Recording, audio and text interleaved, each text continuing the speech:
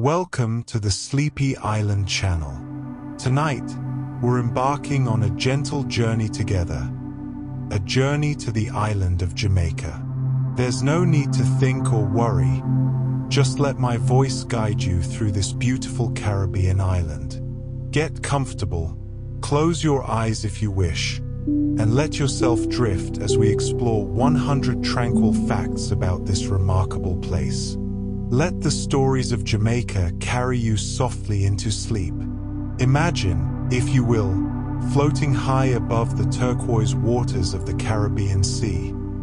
The sun warming your face, the breeze carrying the scent of salt and tropical flowers. Below you, emerald mountains rise from crystal waters, an island shaped like a turtle, floating peacefully in endless blue. This is Jamaica, and like all islands, it has a story that begins long before humans ever set foot on its shores. Jamaica was born from the sea over 25 million years ago, formed by volcanic activity and the shifting of tectonic plates beneath the Caribbean. Layer upon layer of limestone and volcanic rock built up from the ocean floor, slowly, patiently, until peaks broke through the surface. Mountains emerged, valleys formed, and what is now the third largest island in the Caribbean took shape. The earth worked quietly, persistently, creating this place that would one day be called the land of wood and water.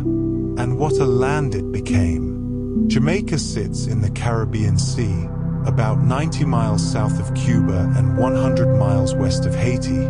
An island roughly 146 miles long and 51 miles wide. Not large, as islands go, but perfectly formed. The island stretches east to west like a sleeping giant, its spine a range of mountains running down its center, its edges softening into beaches where turquoise water meets white and golden sand. From above, you can see how the mountains catch the clouds, how rain falls on the peaks and flows down through countless rivers and streams to the sea. Everything connected, everything flowing. Those mountains. Rising in the east are the Blue Mountains, Jamaica's highest range, with Blue Mountain Peak reaching 7,402 feet above sea level. On clear mornings, they do appear blue, a misty, ethereal blue created by the way light filters through the moisture in the air. These mountains are often wrapped in clouds, in mist, in the cool embrace of elevation. The temperature drops as you climb. The air grows thin. Pine trees appear where you'd expect only palms. It feels like a different world, a secret world hidden in the tropical Caribbean. And in these cool, misty heights, something magical grows. The Blue Mountains are home to Jamaican Blue Mountain coffee, considered one of the finest and most expensive coffees in the world. The elevation, the rich volcanic soil, the rainfall, the cool temperatures, the morning mist, everything conspires to create perfect conditions for coffee. The beans grow slowly here, developing deep, complex flavors, mild yet rich, with almost no bitterness. The coffee farms cascade down the mountainsides in terraced rows. Green plants heavy with red coffee cherries, each one picked by hand at peak ripeness. The farmers here work as their ancestors did, with patience, with care, with respect for the land. They understand that you cannot rush perfection. The trees take 3 years before they bear fruit. Each cherry must be picked at exactly the right moment. The processing is meticulous: washing, fermenting, drying, sorting. When you drink Blue Mountain coffee, you're tasting the mist and the mountain and the dedication of people who understand that quality takes time. But long before coffee came to these mountains, long before anyone thought to plant crops here, there were people. The island's first people. When the first humans arrived in Jamaica around 600 to 700 AD, they were the Taíno people, peaceful agriculturalists and fishers who migrated from South America through the Caribbean islands. Picture them, these gentle people arriving in their canoes, seeing these mountains for the first time, finding rivers full of fish, forests full of game, soil rich enough to grow cassava and corn and sweet potato. They must have thought they'd found paradise. And in many ways, they had. The Taíno called this island Xaymaca, which means land of wood and water. Listen to that word. Xaymaca. Say it slowly. Let it roll off your tongue like water over stones. The Spanish later changed it to Jamaica, but the meaning remains. Land of wood and water. Look at the island and you'll see the truth of this name. Mountains covered in forests, over 120 rivers flowing from the highlands to the sea, waterfalls cascading through green valleys, springs bubbling from the earth. Water everywhere. Life everywhere. The Taíno lived in harmony with this land of wood and water. They fished in the rivers and the sea. They grew their crops in clearings. They built villages of thatched houses. They created art, pottery decorated with faces and patterns, wooden carvings of their gods and spirits. They played a ball game on flat courts, the sound of laughter echoing through the valleys. They told stories, passed down through generations, about how the world was created, about the spirits that lived in the trees and the water. At its peak, the Taíno population in Jamaica may have numbered between 60,000 to 100,000 people, living in communities across the island. Imagine the island then, villages scattered from coast to coast, smoke rising from cooking fires, the sound of children playing, the rhythm of daily life in harmony with the seasons, with the rain, with the sea. They knew every river, every mountain, every fishing spot. They knew which plants healed and which plants harmed. They knew when to plant and when to harvest. The island was not just where they lived, it was who they were. On quiet evenings, they would gather to share meals. Freshly caught fish roasted over fire, cassava bread, fruits picked from the forest. They would tell stories as the sun set and the stars emerged. Stories about their ancestors, about the spirits called semis who protected them, about the relationship between humans and the natural world. The Taíno understood something essential, that people are not separate from nature, but part of it. That the land gives, and in return, we must care for it. As night fell over Xaymaca, the land of wood and water, the Taíno would rest in their hammocks. A word that comes from the Taíno language, by the way. They invented the hammock, that perfect bed that rocks gently with your breathing, suspended between earth and air. Lying in their hammocks, they would listen to the sounds of the tropical night, the chirping of coqui frogs, the rustle of leaves in the breeze, the distant sound of the sea, the soft flow of rivers making their way to the ocean. The rivers never stopped flowing. The water never stopped moving. From mountain to sea, from cloud to rain to stream to river to ocean, and then back again, evaporating into clouds, falling as rain on the mountains, beginning the journey once more. An endless cycle, patient, eternal, life-giving. And in this cycle, in this flow, there was peace.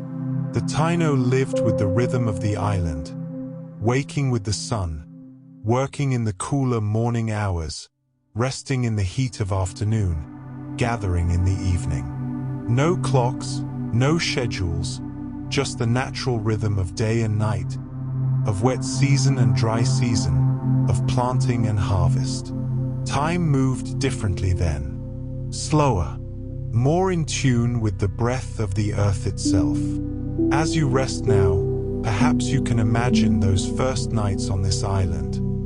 The Taíno people lying in their hammocks, listening to the river's flow, feeling the warm breeze, breathing in the scent of tropical flowers.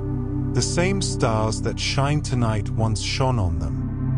The same moon that rises over Jamaica tonight rose for them then. The same mountains stand. The same rivers flow. Xaymaca, land of wood and water, patient and giving, ancient and ever new, holding its stories like the mountains hold the mist, like the rivers hold the rain, like the earth holds the memory of all who have walked upon it. The island breathes, in and out, and invites you to breathe with it, slowly, peacefully, letting go of the day, letting go of worry, simply floating on the gentle current of this story, of this place, of this moment. But the peaceful life of the Taíno, those gentle days of fishing and farming and living in harmony with the land of wood and water, would not last forever. Change was coming across the ocean, carried by ships with billowing sails, by men seeking gold and glory, by forces that would transform this island completely. On May 5, 1494, Christopher Columbus arrived in Jamaica during his second voyage to the New World, landing at what is now called Discovery Bay on the north coast. He claimed the island for Spain, planting the Spanish flag on shores that had known only Taíno feet for centuries. Columbus saw the mountains, the forests, the beauty, but he saw them differently than the Taíno did. He saw resources to be exploited, land to be claimed, people to be converted or conquered. The Spanish called it Santiago, though that name never quite took hold the way Xaymaca had. The island resisted this new identity, clinging to its original name even as everything else began to change. And change it did, rapidly, tragically. Under Spanish rule, which lasted from 1494 to 1655, the Taíno population was devastated by European diseases, forced labor, and violence. Within a century, they had virtually disappeared from Jamaica. The people who had known every river, every mountain trail, every fishing spot, the people who had named this place, they faded like morning mist. Smallpox and measles, diseases to which they had no immunity, swept through their communities. Those who survived the diseases often died from forced labor in Spanish settlements. Some fled to the mountains, hiding in the remote peaks, trying to preserve their way of life. But the world they had known for centuries was ending. It's a sorrow the island still carries, the loss of its first people, the silencing of their stories, the breaking of that ancient connection between the Taíno and the land. But traces remain. Words remain. Hammock, hurricane, barbecue, cassava, all Taíno words, still spoken, still alive. The island remembers, even when we forget. The Spanish established Villa de la Vega, later called Spanish Town, as their capital. They brought cattle, sugarcane, and enslaved Africans to work the land. But Spain never quite succeeded in making Jamaica profitable. The island was always secondary to their richer colonies: Cuba, Hispaniola, Mexico. Jamaica existed in a kind of neglect, present but not precious to its colonizers. And then came the English. In 1655, an English fleet led by Admiral William Penn and General Robert Venables captured Jamaica from the Spanish. It was almost accidental. The English had been trying to capture Hispaniola and failed miserably. Jamaica was their consolation prize, taken almost as an afterthought. But what a prize it would become. The Spanish fled to the north coast, then eventually to Cuba, leaving behind their cattle, their settlements, and something else, the enslaved Africans they could not take with them. These newly freed people fled to the mountains, the same mountains where the last Taíno had hidden. These escapees and their descendants became known as Maroons, from the Spanish word cimarron meaning wild or untamed. They established independent communities in the remote interior, particularly in the Blue Mountains and Cockpit country. The Maroons, picture them, people who had known the brutality of enslavement, choosing freedom over safety, climbing into the mountains, learning the hidden trails, the secret valleys, the caves and strongholds that could protect them. They learned to live off the land, to hunt the wild pigs the Spanish had left behind, to grow crops in mountain clearings. They developed their own culture, their own language, their own systems of governance. They were fierce, proud, unconquerable. The British would learn this the hard way. For decades, the Maroons resisted every attempt to recapture them. They fought guerrilla wars in the mountains, appearing suddenly from the forest, striking, then vanishing like smoke. The British, trained for European-style warfare, were helpless against these tactics. Eventually, the British had to negotiate. In 1739, the British signed peace treaties with the Maroons, granting them autonomy and land rights that, remarkably, still exist today. The Maroon communities of Moortown, Accompong, and others remain, preserving traditions that blend African heritage with Jamaican mountain life, a living testament to the power of resistance, of choosing freedom no matter the cost. But while the Maroons lived free in the mountains, the British were transforming the rest of the island. They brought more enslaved Africans, thousands upon thousands, to work vast sugar plantations. Jamaica became one of the richest colonies in the British Empire, its wealth built on the backs of enslaved people working in brutal conditions. The sugar economy was insatiable, demanding more labor, more land, more suffering. Yet alongside this darkness, something unexpected was happening on the north coast. Port Royal, located on a narrow spit of land near Kingston Harbour, became known as the wickedest city on earth in the late 1600s, a haven for pirates, privateers, and buccaneers. Imagine Port Royal in its heyday, narrow streets crowded with sailors, pirates, merchants, and adventurers from every corner of the world. Taverns on every corner, their doors swinging open to release sounds of raucous laughter, clinking tankards, arguments, and songs. Ships crowding the harbor, their holds full of Spanish gold, silk from the Orient, sugar, rum, and plunder from 100 raids. Pirates like Henry Morgan walking the streets as respected citizens. Morgan was actually knighted and made Lieutenant Governor of Jamaica. The pirate became the establishment. Port Royal was wealthy beyond imagination. So wealthy that some said the streets should be paved with gold. Merchants lived in fine houses. Women wore silk and jewels. Money flowed like rum. But beneath the wealth was violence, vice, and a complete disregard for law. Duels in the streets. Gambling dens open day and night. Brothels crowded with sailors spending their plunder. It was chaos and prosperity mixed together. Freedom without restraint, wealth without conscience. But the earth was watching. The island was watching. On June 7, 1692, a massive earthquake struck Port Royal, causing 2/3 of the city to sink into the sea, killing approximately 2,000 people instantly.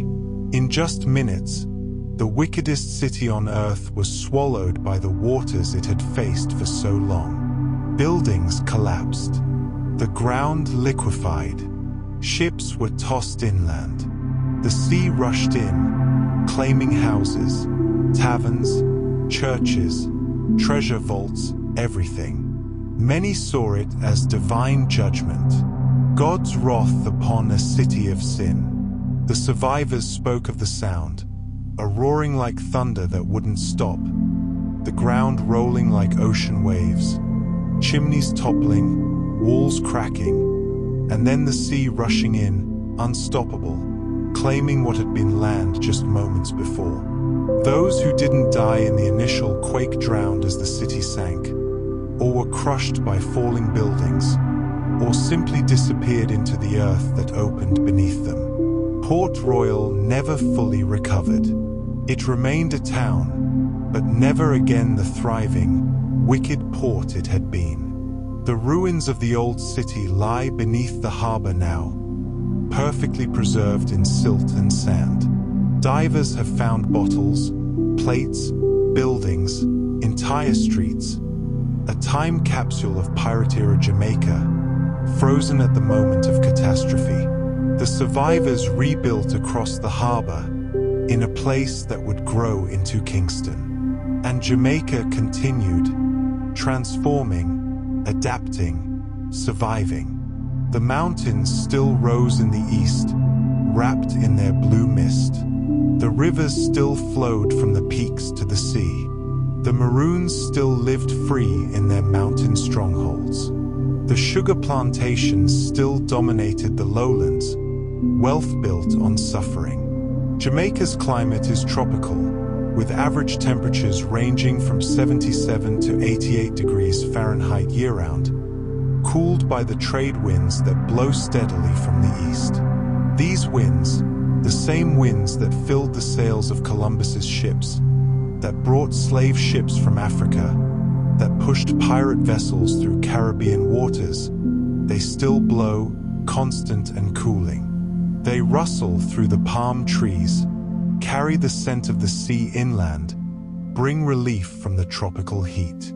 There's something about those trade winds, something eternal. They blow regardless of human drama, human suffering, human triumph. They blew for the Taíno. They blow now. They'll blow long after we're all forgotten. The island breathes in and out with these winds, patient, enduring, waiting. As you rest now, perhaps you can feel those trade winds, cool against your skin, carrying the scent of the sea, of tropical flowers, of rain approaching from the east. The island invites you to breathe with it, in and out, letting go of the heavy stories, the difficult histories, simply feeling the breeze, the warmth, the eternal rhythm of the Caribbean. The mountains hold their mist, the rivers flow to the sea, the Maroons still walk their mountain trails, and somewhere beneath the harbor, Port Royal sleeps in its watery grave, while above, the island continues, patient, resilient, beautiful.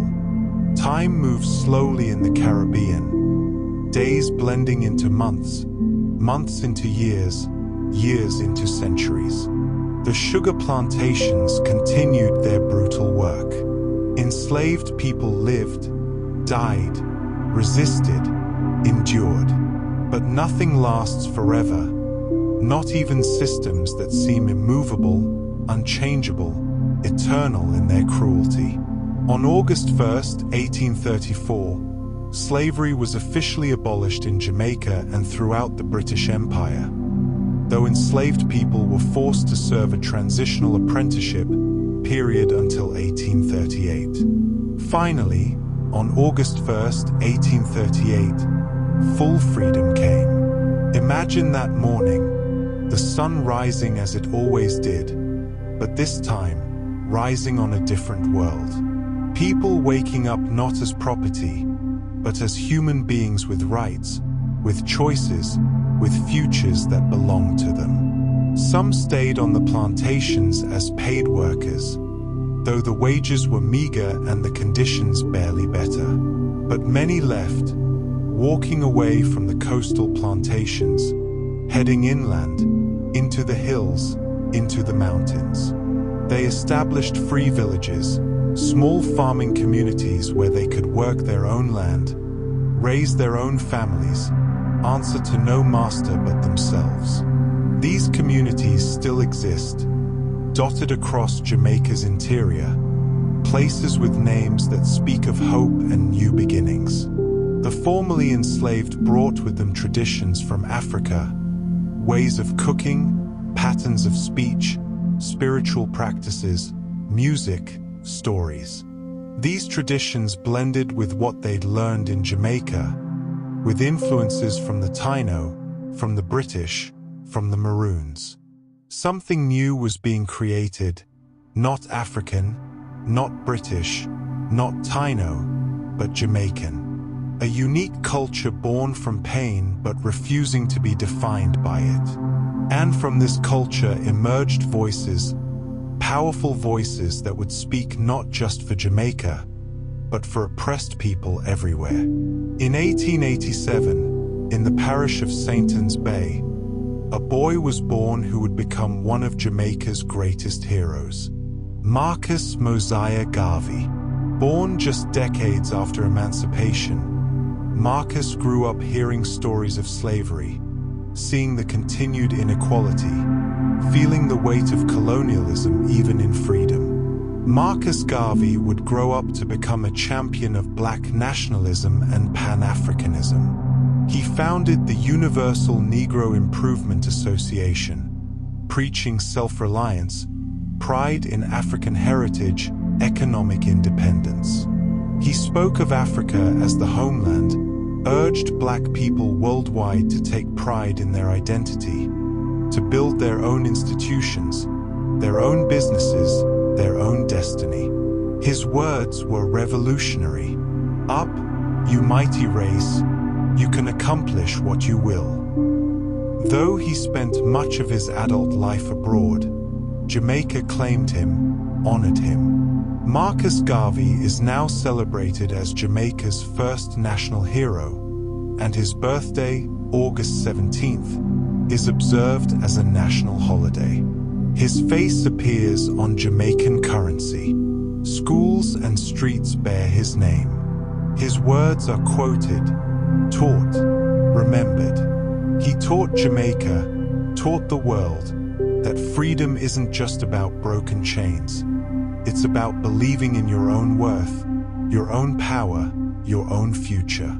The decades passed, Jamaica growing, changing, finding its voice.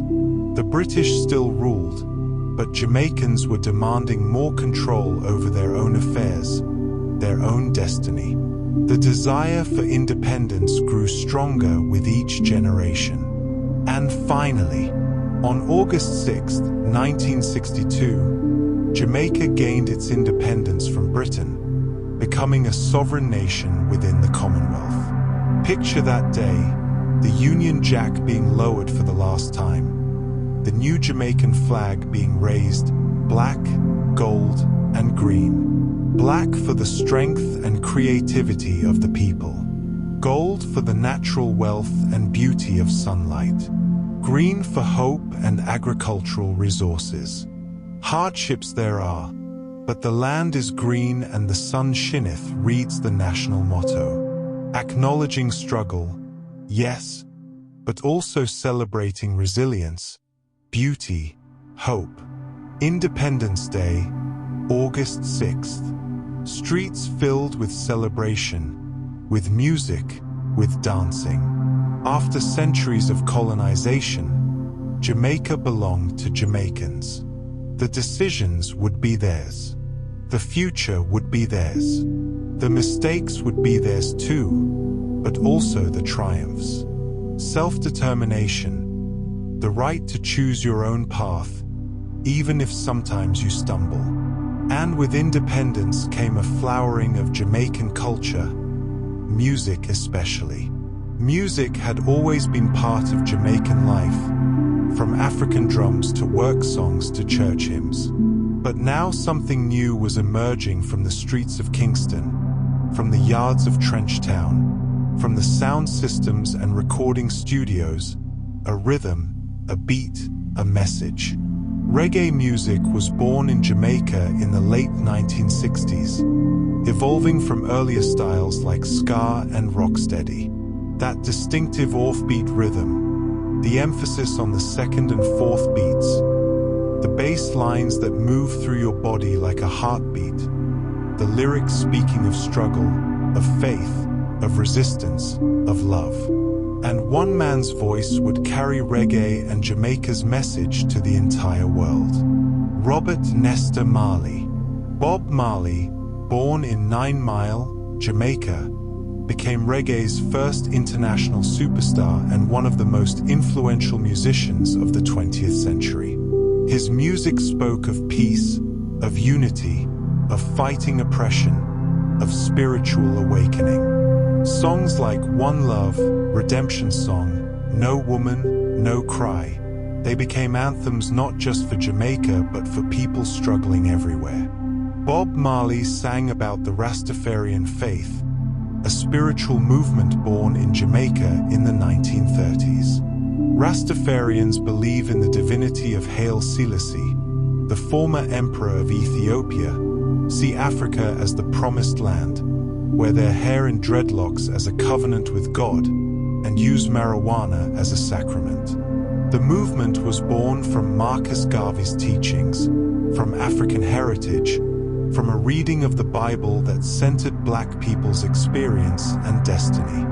Through Bob Marley's music, the world learned about Jamaica, not just as a tourist destination, but as a place of deep culture, spiritual seeking, revolutionary thought. His songs played in Africa, in Europe, in Asia, in the Americas. Everywhere people heard that reggae beat, that message of resistance and hope. When Bob Marley died in 1981, Jamaica gave him a state funeral. Thousands lined the streets. The entire nation mourned.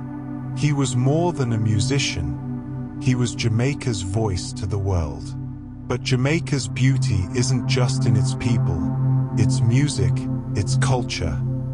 It's also in the land itself, in that original promise of wood and water. Jamaica has over 120 rivers flowing from the central mountains to the sea, many cascading down in spectacular waterfalls. These rivers have names that sing: Rio Grande, Black River, Milk River, Martha Brae. They flow through valleys, carve through limestone, create pools so clear you can see every stone on the bottom. The most famous is Dunn's River Falls near Ocho Rios, a 600-foot cascade that flows directly into the Caribbean Sea. Unlike most waterfalls that erode the rock beneath them, Dunn's River Falls actually builds up the minerals in the water depositing travertine that maintains and even extends the falls. It's a living, growing waterfall, terraced like giant steps, with pools at each level where you can pause, rest, feel the cool water flowing around you. Visitors climb Dunn's River Falls hand in hand, forming human chains as they ascend through the cascading water. There's something joyful about it. Strangers helping strangers, everyone laughing, slipping, steadying each other, climbing together toward the top. The water is cool and constant. The rocks are smooth from centuries of flow. And at the top, you can look back down at the Caribbean stretching to the horizon, blue and endless. The island is full of such beauty. Caves with underground rivers, mineral springs, hidden waterfalls deep in the forest. Jamaica's national bird is the red-billed streamertail hummingbird, called the doctor bird locally, found only in Jamaica. These tiny birds, no bigger than your thumb, with iridescent green and black feathers and tail feathers so long they trail behind like ribbons. The male's tail feathers can be twice as long as his body, streaming behind him as he darts from flower to flower. The doctor bird is magical to watch, hovering impossibly still in midair, wings beating so fast they're just a blur, long tail feathers scissoring open and closed. In sunlight, the feathers flash green and purple and blue. The Taíno believed these birds were reincarnated human souls. Watching one hover near a hibiscus flower, nearly motionless except for those invisible wings and that breathing tail, you can understand why they thought so. There's something otherworldly about them, something that belongs to both earth and air, matter and spirit. And Jamaica's national flower is the lignum vitae, wood of life, a tree with beautiful blue-purple flowers and wood so dense it sinks in water. The wood is incredibly hard, filled with resin that makes it self-lubricating. It was used for ship propellers, for bearings, for anything that needed to withstand friction and pressure without wearing down. The tree itself is tough, slow-growing, enduring. It can live for 1,000 years, standing through hurricanes, through droughts, through whatever the island throws at it. Like the lignum vitae, like the doctor bird, like the rivers that never stop flowing, Jamaica endures. It bends in the hurricanes but doesn't break. It weathers hardships but keeps growing. The land is green and the sun shineth, today, tomorrow, forever. As you rest now, perhaps you can hear Bob Marley's voice drifting on the breeze. Don't worry about a thing, 'cause every little thing gonna be alright. Perhaps you can feel the cool water of Dunn's River Falls flowing around you. Perhaps you can see a doctor bird hovering near a flower, its tail feathers streaming, its wings invisible with speed. The island breathes, in and out, in rhythm with the reggae beat, in rhythm with the rivers flowing, in rhythm with your own slowing breath. There's a scent drifting on the evening breeze, something smoky, spicy, irresistible. It mingles with the salt air and the sweetness of tropical flowers, creating an aroma that makes your mouth water, that speaks of community gatherings, of celebrations, of tradition passed down through generations. The cooking method known as jerk originated with the Maroons in Jamaica. They would season wild boar with native spices and slow cook it over pimento wood fires in covered pits. The word jerk may come from the Spanish charqui, meaning dried meat, or from the method of poking holes in the meat to absorb the marinade. But wherever the name came from, the technique is pure Jamaican genius. The Maroons, living in the mountains, needed to preserve meat and cook without giving away their position to those who hunted them. They dug pits, lined them with pimento wood, allspice wood, which burns slowly and releases a sweet, spicy smoke. They rubbed the meat with a paste of Scotch bonnet peppers, allspice berries, thyme, garlic, ginger, scallions, whatever the forest provided. Then they covered the pit and let the meat cook slowly, the smoke infusing every fiber, the spices penetrating deep.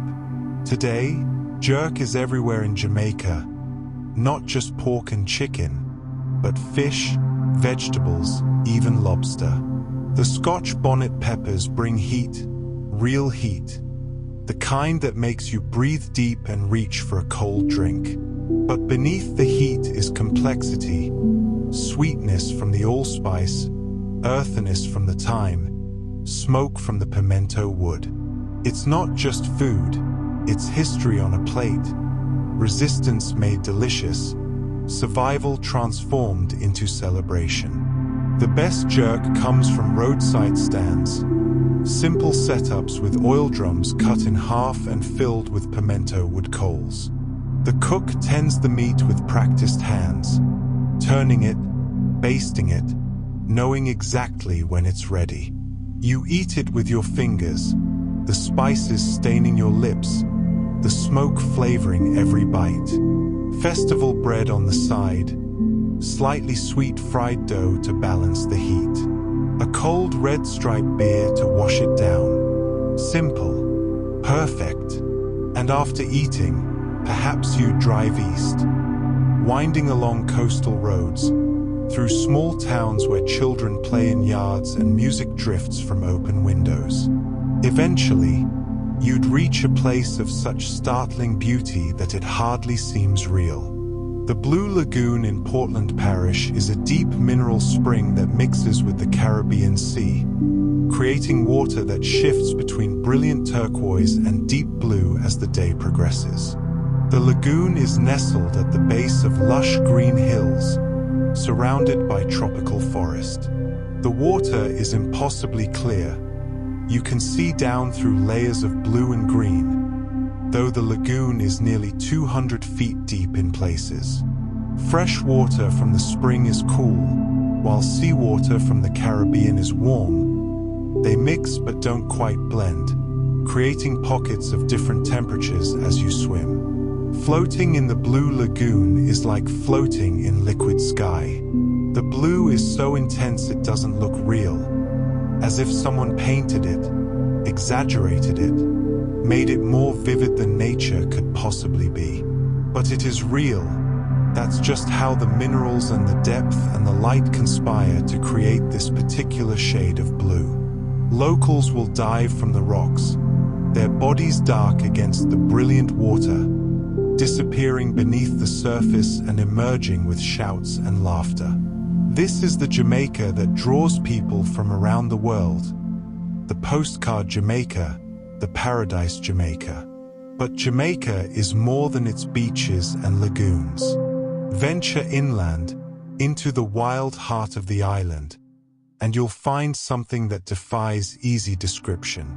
Cockpit country, in the island's interior, is a landscape of steep-sided limestone hills and deep valleys covering about 500 square miles, one of the most rugged and inaccessible regions in the Caribbean. From above, it looks like an egg carton, countless conical hills rising and falling, covered in dense forest, with valleys so deep between them that sunlight barely reaches the bottom. The hills are karst formations, limestone dissolved and sculpted by millions of years of rainfall, creating a terrain so difficult to traverse that even today, much of it remains unexplored. This is where the Maroons found refuge, where British soldiers feared to follow. The forest is thick, often impenetrable. There are caves, sinkholes, underground rivers. Some hills can only be climbed with ropes and determination. The valleys between are called cockpits, natural amphitheaters where sound echoes strangely, where mist gathers, where you feel very small and very alone. But you're not alone in cockpit country. The region is home to many endemic species found nowhere else on Earth, including the endangered Jamaican yellow snake and various unique bird species. The isolation of the valleys has allowed species to evolve separately, each valley developing its own varieties. It's a laboratory of evolution, a refuge for biodiversity, a place where nature still holds dominion.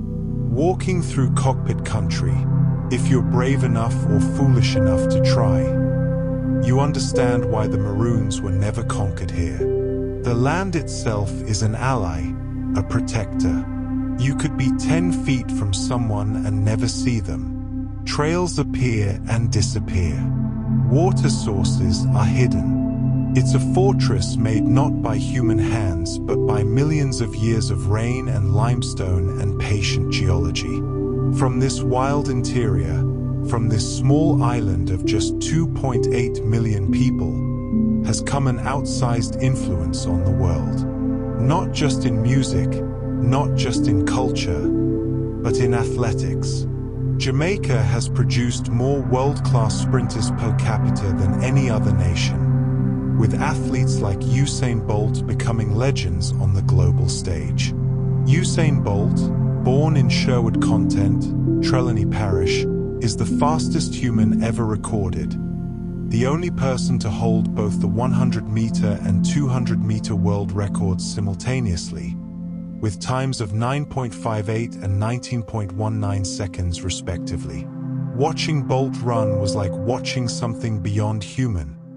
The way he accelerated, the length of his stride, the ease with which he pulled away from the best runners in the world.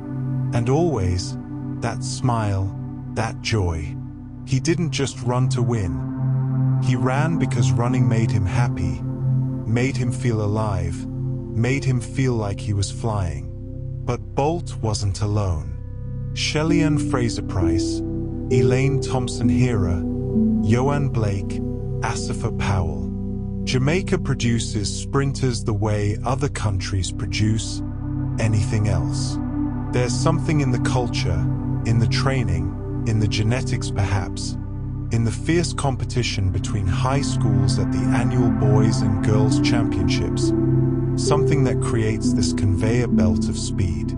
When Jamaicans run at the Olympics, when they stand on podiums with gold medals around their necks, the entire island celebrates. Every win is personal. That's our girl, our boy, representing us, showing the world what Jamaica can do. Small island, big dreams, impossible speed. And when Jamaicans celebrate, when they talk, when they reason together, they do it in a language that's uniquely their own. Jamaican patois, also called Jamaican Creole, is the language spoken by most Jamaicans in everyday life. An English-based Creole with influences from West African languages, Spanish, and Arawakan. Listen to patois being spoken and it sounds like English, but not quite. The rhythm is different. The pronunciation shifts. Words transform. What are you doing becomes what do. Everything is good becomes everything irie. It's English refracted through African syntax, seasoned with island life, spoken with a musical lilt that rises and falls like the hills of cockpit country. Patois was born from necessity. Enslaved people from different parts of Africa needed to communicate with each other and with their English masters. They created a language that served both purposes, understandable enough to follow orders, but different enough to maintain privacy, to preserve something of their own. Over generations, it evolved, absorbed new influences, became richer and more complex. Today, patois is the sound of Jamaica. It's the language of the street, of the market, of friends reasoning on a corner. It's heard in dancehall music, in poetry, in casual conversation. Some Jamaicans switch seamlessly between patois and standard English depending on the situation. A code switching that reflects the island's colonial history and its ongoing negotiation between different identities. And when Jamaicans gather to reason, to talk, to celebrate, often there's a drink in hand.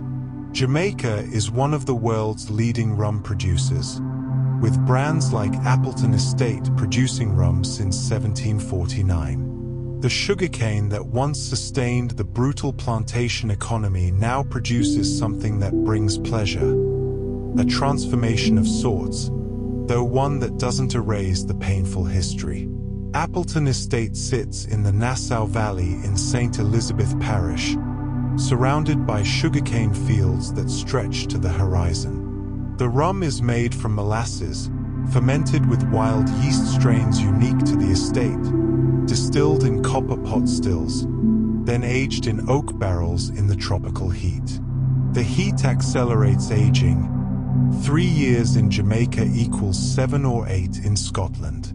The rum draws color and flavor from the wood, becoming smooth, complex, amber as sunset. The Martha Brae River offers bamboo rafting, a tradition that began when Jamaicans would float bananas and other goods downriver to market on 30-foot bamboo rafts. Now tourists float down the river on these same rafts, a raft captain guiding them with a long pole, the bamboo creaking gently, the river flowing peacefully through the green countryside. Overhanging trees create tunnels of shade. Birds call from the forest. The water is clear enough to see fish darting beneath the raft. The raft moves with the current, no rush, no hurry, just floating with the flow of the river as it makes its ancient journey from the hills to the sea. The raft captain might point out birds, might tell stories, might pick a leaf and explain what the old people used it for. Mostly, though, there's just the sound of water, of birds, of wind in the leaves. Peace, the river giving what rivers always give, a reminder that flowing is better than fighting, that patience gets you where you need to go. As evening approaches, as the sun begins its descent toward the horizon, painting the sky in shades of orange and pink, as the day releases its heat and the evening breeze brings relief, you might find yourself thinking of another connection Jamaica has to the world. Author Ian Fleming lived in Jamaica and wrote all 14 of his James Bond novels at his estate, GoldenEye, on the North Coast. Fleming built his house in Oricabessa in 1946, escaping the grey English winters for Caribbean sunshine. Each morning, he would swim in the clear water, then spend hours at his typewriter, creating the spy who would become a cultural icon. Many of the Bond novels are set partially in Jamaica. Fleming wove the island into his stories, gave 007 a love for the place, used Jamaican locations in the plots. The first Bond film, Dr. No, was filmed largely in Jamaica. The island's beauty, its mystery, its mix of sophistication and danger, all of it found its way into Fleming's imagination, into the Bond mythology. GoldenEye still exists, now a luxury resort, but still carrying that connection to literary and cinematic history. Fleming sat on those terraces, looked at that sea, felt those breezes, and created a character who would endure for generations. Jamaica inspiring art. Jamaica entering the world's imagination. The island gives and gives, its music, its athletes, its beauty, its stories, its flavors, its rhythms. And in return, it asks only to be respected, to be known as more than a vacation destination, to be understood as a place with depth, with pain, with triumph, with soul. As you drift now, deeper into rest, perhaps you can taste the jerk spices on your tongue, feel the cool water of the blue lagoon, hear the bamboo raft creaking as it floats down the Martha Brae, smell the rum aging in oak barrels, see Usain Bolt running impossibly fast, smiling as he breaks another record. Jamaica holds all of this, and more, so much more. Dawn comes gently to Jamaica, the sun rising from the Caribbean, painting the blue mountains in shades of gold and rose. The mist that has settled in the valleys overnight begins to lift, slowly revealing the terraced coffee farms, the forest canopy, the rivers catching first light. And in this moment, between darkness and day, the island takes a breath. Jamaica is one of the most heavily forested countries in the Caribbean, with protected areas like the Blue and John Crow Mountains National Park, a UNESCO World Heritage Site covering nearly 200,000 acres. These mountains hold the last remaining virgin forests in Jamaica, trees that have stood for centuries, their roots gripping the volcanic soil, their branches home to birds found nowhere else. The forest is thick, layered, a canopy high above, understory below, ferns and mosses covering everything in green. Walking through these mountain forests is like entering a cathedral. The trees rise like columns. The canopy filters light into green-gold beams. Every sound is softened by leaves and moss. The air is cool, damp, filled with the scent of earth and growing things. Water is everywhere, trickling down rocks, pooling in natural basins, flowing in streams so clear you can count pebbles on the bottom. This is the wood in land of wood and water, ancient, protected, essential. And from these forests, in the early morning, you might hear something unexpected. Jamaica has more churches per square mile than perhaps any country on earth, with over 1,600 churches for an island of less than 4,250 square miles. Christianity arrived with the colonizers, but Jamaicans made it their own. The churches here are vibrant, joyful, loud with praise. Sunday mornings ring with singing, gospel music that makes the walls shake, that pours out through open windows and doors, that invites everyone to join in. The singing is pure Jamaica, blending African call and response patterns with Christian hymns, adding reggae rhythms, creating something that sounds like heaven celebrating. The churches are small wooden buildings painted in bright colors, or grand stone structures from colonial times, or modern concrete affairs, but all of them filled with that same spirit, that same joyful noise. Faith here isn't quiet or reserved. It's exuberant, communal, alive. But Jamaica holds space for many beliefs. Alongside Christianity exists the Rastafarian faith we spoke of earlier, and remnants of African spiritual traditions, and obia, folk magic that predates Christianity on the island. Different beliefs coexist, sometimes blending, sometimes remaining separate, but all part of the rich tapestry of Jamaican spiritual life. From the spiritual heights of the mountains, let's travel now to the western coast, to a stretch of sand that has become legendary. Negral's 7-mile beach, though actually closer to 4 miles long, is consistently ranked among the most beautiful beaches in the world. White sand so fine it squeaks beneath your feet. Water so clear and calm it looks like liquid glass. The beach stretches in a gentle curve, bordered by palm trees and sea grape trees that provide shade. The sand is cool in the morning, warm by afternoon, still holding heat as the sun sets. The water is shallow for a long way out. You can walk and walk, the water never rising above your chest. The bottom soft sand with no rocks or coral to worry about. It's safe. It's perfect. It's the postcard image of paradise. At sunset, 7 Mile Beach transforms into something magical. The sky catches fire, orange and pink and purple, reflected in the calm water, creating a mirror effect so you can't quite tell where sky ends and sea begins. People gather on the beach, on restaurant patios, on hotel balconies, watching in silence as the sun touches the horizon, melts into the sea, and finally disappears. And then applause, spontaneous clapping for the sun's daily performance. It's a tradition here, honoring the sunset, acknowledging beauty, giving thanks. After sunset, as darkness settles, the restaurants along the beach come alive. Music drifts from sound systems. The smell of jerk chicken and fresh fish on the grill fills the air.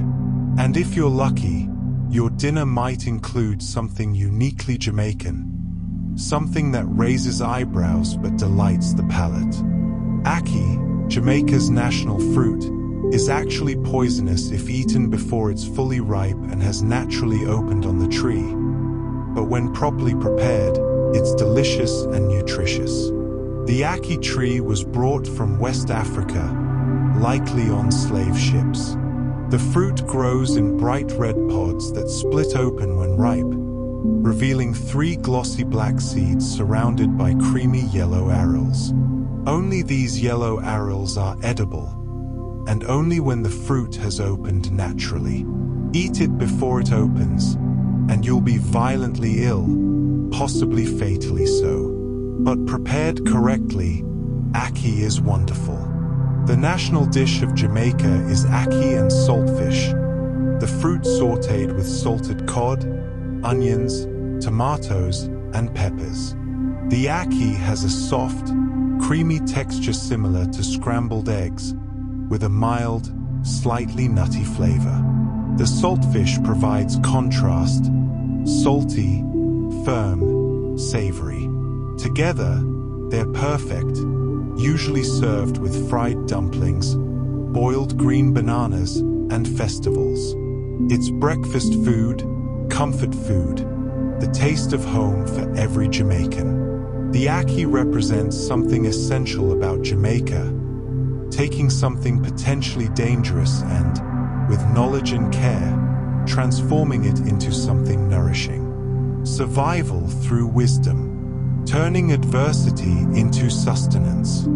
And speaking of sustenance from the land, we've mentioned coffee growing in the Blue Mountains, but let's linger there a moment longer.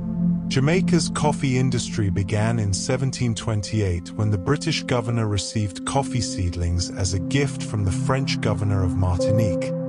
Those original seeds became the ancestor of all Jamaican coffee plants. For nearly 3 centuries, coffee has grown on these slopes. The trees are descendants of descendants of descendants, each generation producing beans that carry the taste of this particular mountain, this particular soil, this particular mist.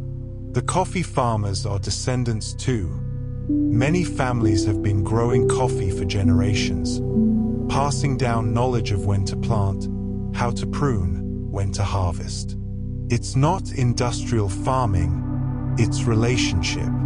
The farmer knows each tree, notices when one is struggling, celebrates when one produces particularly well.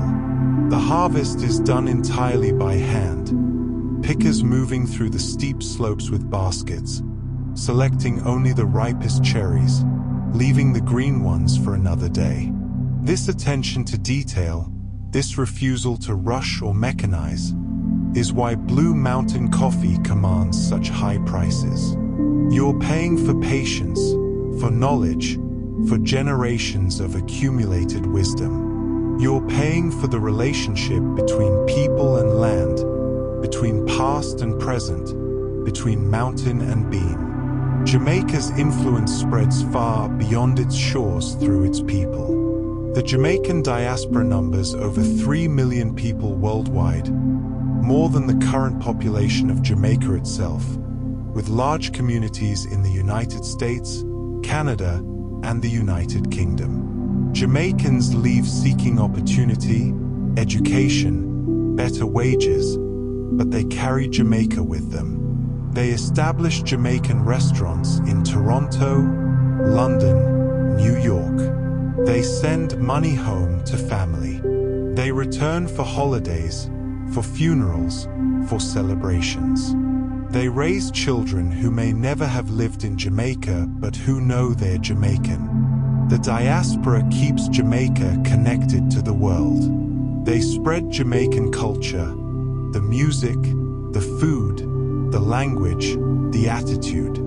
They become doctors and teachers and nurses and artists and business owners, achieving success while maintaining ties to the island.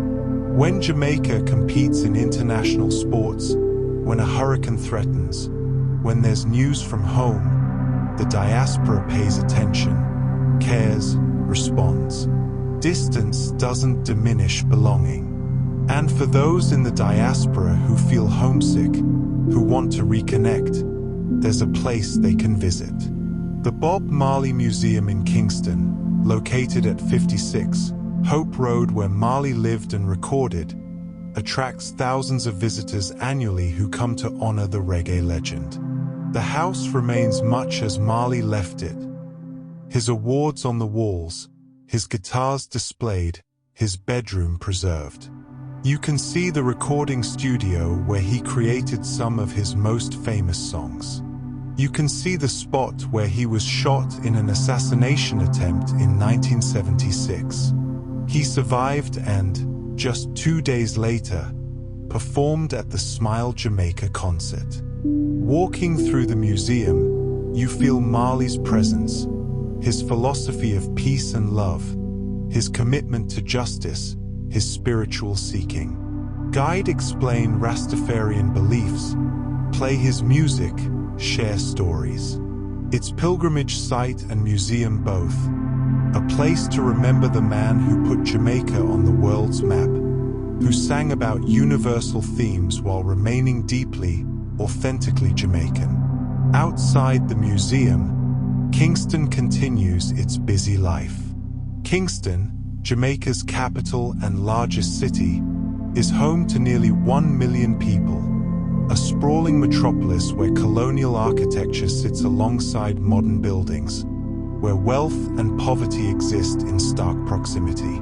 Downtown Kingston holds the history, old buildings from the 18th and 19th centuries, the waterfront where slaves were once sold, the markets where vendors call out in patois, selling everything from fresh fish to cell phone chargers. Uptown Kingston is different.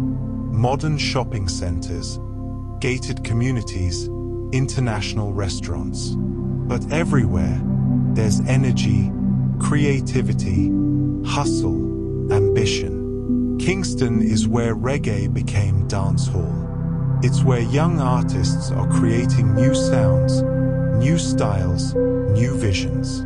It's rough around the edges, yes, but it's alive, dynamic, refusing to be ignored. And surrounding all of this, the city, the mountains, the beaches, the rivers, is the Caribbean Sea. Jamaica's coral reefs are part of the Mesoamerican Barrier Reef System, the second largest barrier reef in the world, home to over 700 species of fish and various types of coral. These reefs are underwater cities, built by countless tiny coral polyps over thousands of years, creating structures that shelter and feed entire ecosystems. Snorkel over a Jamaican reef and you enter a different world. Parrotfish grazing on algae, their beaks scraping coral with audible crunches. Angelfish drifting past, their bodies striped in electric blue and yellow. Sea fans waving in the current like trees in wind. Brain coral forming massive boulders on the sea floor. Staghorn coral branching like underwater forests. And everywhere, small fish darting, hiding, feeding, life in constant motion. The reefs protect the coastline from storm surge and erosion. They provide nurseries for fish that people depend on for food. They draw tourists whose spending supports local economies. The reefs are not decoration. They're essential infrastructure, ecological treasures, partners in survival. Jamaica protects them as best it can, establishing marine parks, regulating fishing, educating people about their importance. As night falls over Jamaica, as the sun's last light fades from the sky and stars begin to appear, as the day's heat releases and the evening cool arrives, as restaurants fill and music starts and people gather to reason and laugh and celebrate another day, the island breathes. The forests on the mountain peaks hold the mist. The coffee trees rest until tomorrow's harvest. The churches stand silent until Sunday's joyful noise. 7 Mile Beach stretches pale and perfect under starlight. The Ackee pods hang waiting to ripen and open. The coral reefs pulse with nocturnal life. Kingston's lights spread across the coastal plain like earthbound stars. And you float on all of this, on stories and facts and the deep rhythms of island life, drifting, peaceful, held by the land of wood and water. In the hills above Kingston, There's a place where Jamaicans go when the heat becomes too much, when they need to escape the city, to cool down, to remember what water can be. The Blue Hole, also called the Cool Blue Hole, is a deep mineral spring in the hills above Kingston, fed by underground rivers. The water maintains a constant temperature of about 70 degrees Fahrenheit year-round, regardless of the tropical heat outside. The hole is surrounded by lush vegetation, ferns draping over rocks, trees leaning overhead, creating dappled shade. The water is that impossible Caribbean blue again, but deeper, cooler, more mysterious than the sea.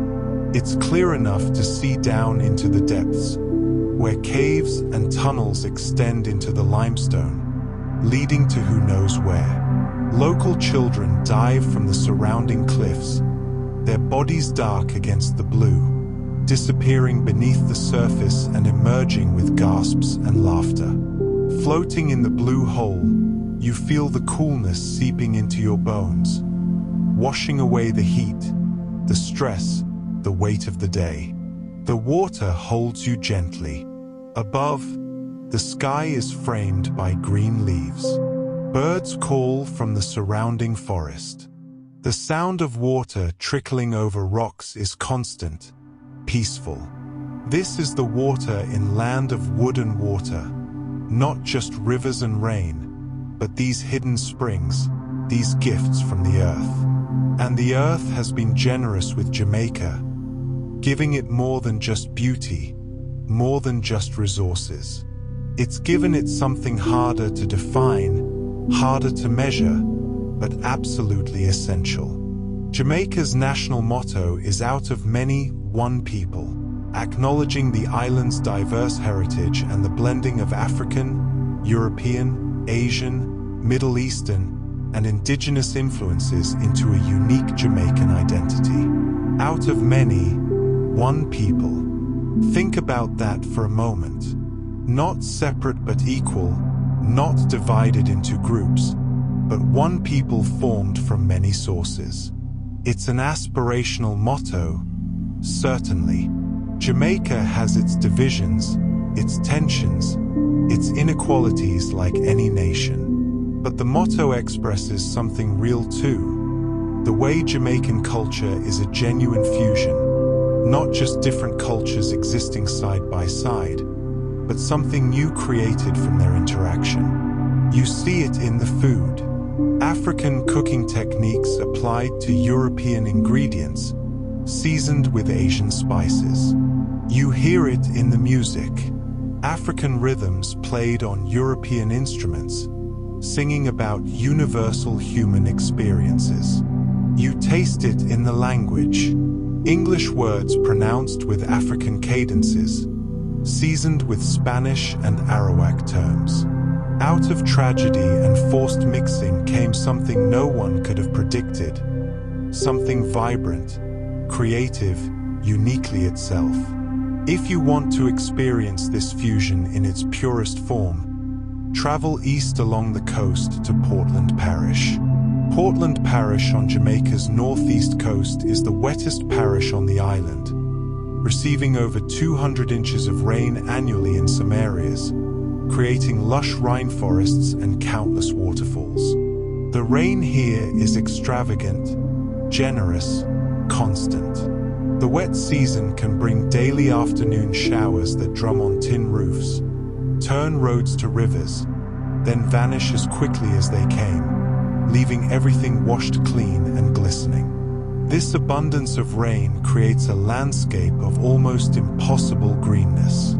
The forests are thick, nearly impenetrable. Banana groves flourish. Coconut palms bend heavy with fruit. Everything grows, sometimes too well, as any farmer fighting to keep paths clear from encroaching vegetation will tell you. The hills are terraced with breadfruit trees, their massive leaves providing shade. Mango trees heavy with fruit lean over country roads. And everywhere, water. Streams cutting through the forest, tumbling over rocks, pooling in basins. Springs bubbling up from the ground.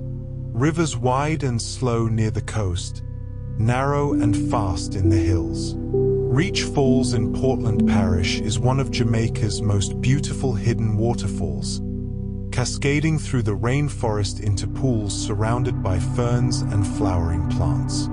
The falls are tiered. You can climb from pool to pool, the water cool and clear, each level offering a different perspective, a different pocket of tranquility. At Reach Falls, you're surrounded by the forest. The sound of water is constant but never monotonous, sometimes a roar, sometimes a whisper, sometimes the rhythmic drip of water falling from leaves. The air smells of earth and growing things. If you're still enough, you might see a doctor bird hovering near a flower, or hear the rustle of a mongoose in the undergrowth, or watch butterflies, dozens of butterflies, dancing in shafts of sunlight that break through the canopy. From these lush hills, let's travel west along the coast, past fishing villages where colorful boats are pulled up on the beach, past roadside stands selling fresh coconuts and roasted corn, until we reach something that shouldn't exist but somehow does. Off the south coast of Jamaica sits the Pelican Bar, a rustic bar built entirely on a sandbar nearly a mile offshore, constructed from driftwood and salvaged materials. To reach it, you take a small boat from shore, bouncing over waves, the bar growing larger as you approach. A rickety structure that looks like it might blow away in the next strong breeze, but has stood for years, becoming an unlikely icon. The bar has no walls, just a roof of thatch and corrugated metal supported by wooden poles. The floor is rough planks with gaps between them where you can see the water below. There are mismatched chairs and tables, a small bar serving red stripe beer and rum, a sound system playing reggae. That's it. That's the entire establishment. But sitting at the Pelican Bar, surrounded by nothing but turquoise water and sky, cold drink in hand, reggae playing, the boat that brought you rocking gently nearby, there's something perfect about it. Something that captures Jamaica's spirit of making do, of creating joy from simple materials, of not needing much when you have good company, good music, and a beautiful setting. People carve their names into the wood. They dance on the narrow walkways. They dive off the edges into the clear water. They exist in the moment, suspended between sea and sky. And in this water, in the seas surrounding Jamaica, something reassuring exists, or rather, doesn't exist. Jamaica has no dangerous native marine predators, no great white sharks, no aggressive species in the waters where people typically swim. The Caribbean waters around Jamaica are gentle, welcoming. The sharks that do exist here are small, shy, more afraid of humans than humans need to be of them. Children learn to swim in these waters without fear. Fishermen work without worry. Snorkelers and divers explore reefs without anxiety. The sea here is not threatening, it's nurturing, providing food, recreation, beauty, livelihood. It's part of the family, part of the community. Jamaicans have a relationship with the sea built on trust, on familiarity, on generations of safe interaction. On land, it's the same story. Jamaica has no native large predators, no big cats, no wolves, no dangerous animals that might threaten humans. The most dangerous creature you're likely to encounter is a Jamaican boa, a constrictor snake that grows up to 7 feet long but is harmless to humans, feeding on rats and other small creatures. Even the wild pigs that roam some rural areas are more likely to run away than charge. This absence of predators shaped how Jamaicans relate to their land. Children can play in the forests without fear. Hikers can camp without worry. Farmers work their fields without needing to watch for dangerous animals. The land, like the sea, is welcoming, safe in ways that many places are not. And the trees that grow on this safe land, one in particular holds special meaning. Jamaica's national tree is the blue maho, or Hibiscus elatus, a hardwood tree that can grow up to 60 feet tall, with leaves that shimmer silver in the breeze and wood that shows beautiful colors when polished. The wood is prized by craftspeople. When freshly cut, it's greenish, but as it dries and ages, it reveals stripes of blue, purple, green, and gold. Each piece is unique, the colors and patterns depending on the individual tree, the soil it grew in, the conditions it experienced. Jamaican woodworkers create beautiful things from blue maho, bowls that show concentric rings of color, furniture with surfaces that seem to glow, carvings that capture the wood's natural patterns. The tree itself is common across the island, growing in yards, along roadsides, in forests. Its flowers attract hummingbirds. Its shade provides relief from the sun. Its wood provides livelihood for artisans. Like so much of Jamaican nature, it's both practical and beautiful, serving multiple purposes, giving freely. And speaking of giving freely, there's a neighborhood in Kingston that has given more to Jamaica and to the world than seems possible from such a small place. Trench Town in Kingston is one of Jamaica's most famous neighborhoods, home to Bob Marley during his formative years and the birthplace of much of Jamaica's most influential music. Trench Town is a poor neighborhood, crowded, tough, where people struggle to make ends meet, where opportunities are scarce, where violence has often been a reality. But from this challenging environment came extraordinary creativity. Bob Marley lived here. Peter Tosh, Bunny Wailer. The Wailers formed here, practiced here, developed their sound in this neighborhood. Countless other musicians emerged from Trench Town. It's a wellspring of Jamaican musical genius. The neighborhood's struggles, its resilience, its community spirit, all of it poured into the music, giving it authenticity, depth, power. There's a saying that came from Trench Town culture: no woman, no cry, often misunderstood as meaning if you don't have a woman, you won't cry, but actually meaning no woman, don't cry, a message of comfort and reassurance. Bob Marley sang it as a promise to the women of Trench Town. Don't cry, things will get better, we'll make it through. It's a song of hope emerging from hardship, of beauty growing in concrete, of love surviving in difficult circumstances. Today, parts of Trench Town have been designated as cultural heritage sites. The Culture Yard, where Bob Marley lived, is a museum. Visitors come from around the world to see where the magic happened, to walk the same streets these legends walked. The neighborhood takes pride in its heritage, in the gift it gave the world. From poverty came richness, not material wealth, but cultural wealth that can never be measured or depleted. And just down the road from Trench Town, there's a place where Jamaica honors all its heroes. National Heroes Park in Kingston is where Jamaica's 7 national heroes are honored and, for some, buried, a place of remembrance, ceremony, and national pride.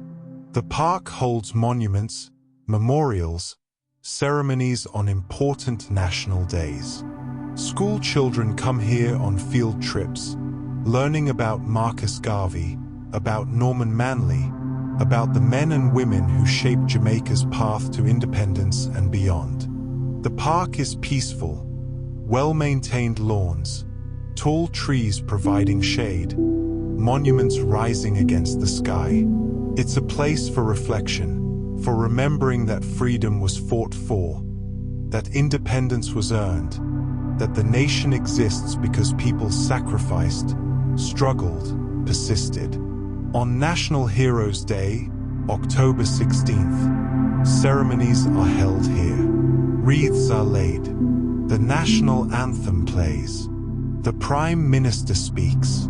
Jamaica pauses to remember, to honor, to commit to continuing the work of building a nation. As evening settles over Kingston, over the entire island, as the last light fades from the blue mountains in the east, as the Caribbean to the west reflects the sunset in shades of copper and rose, as the pelicans return to shore from the Pelican Bar, as the waters of the Blue Hole grow dark and mysterious, as the blue maho trees rustle in the evening breeze, as Trench Town streets fill with the sound of dominoes slapping on tables and music drifting from sound systems, Jamaica takes another breath.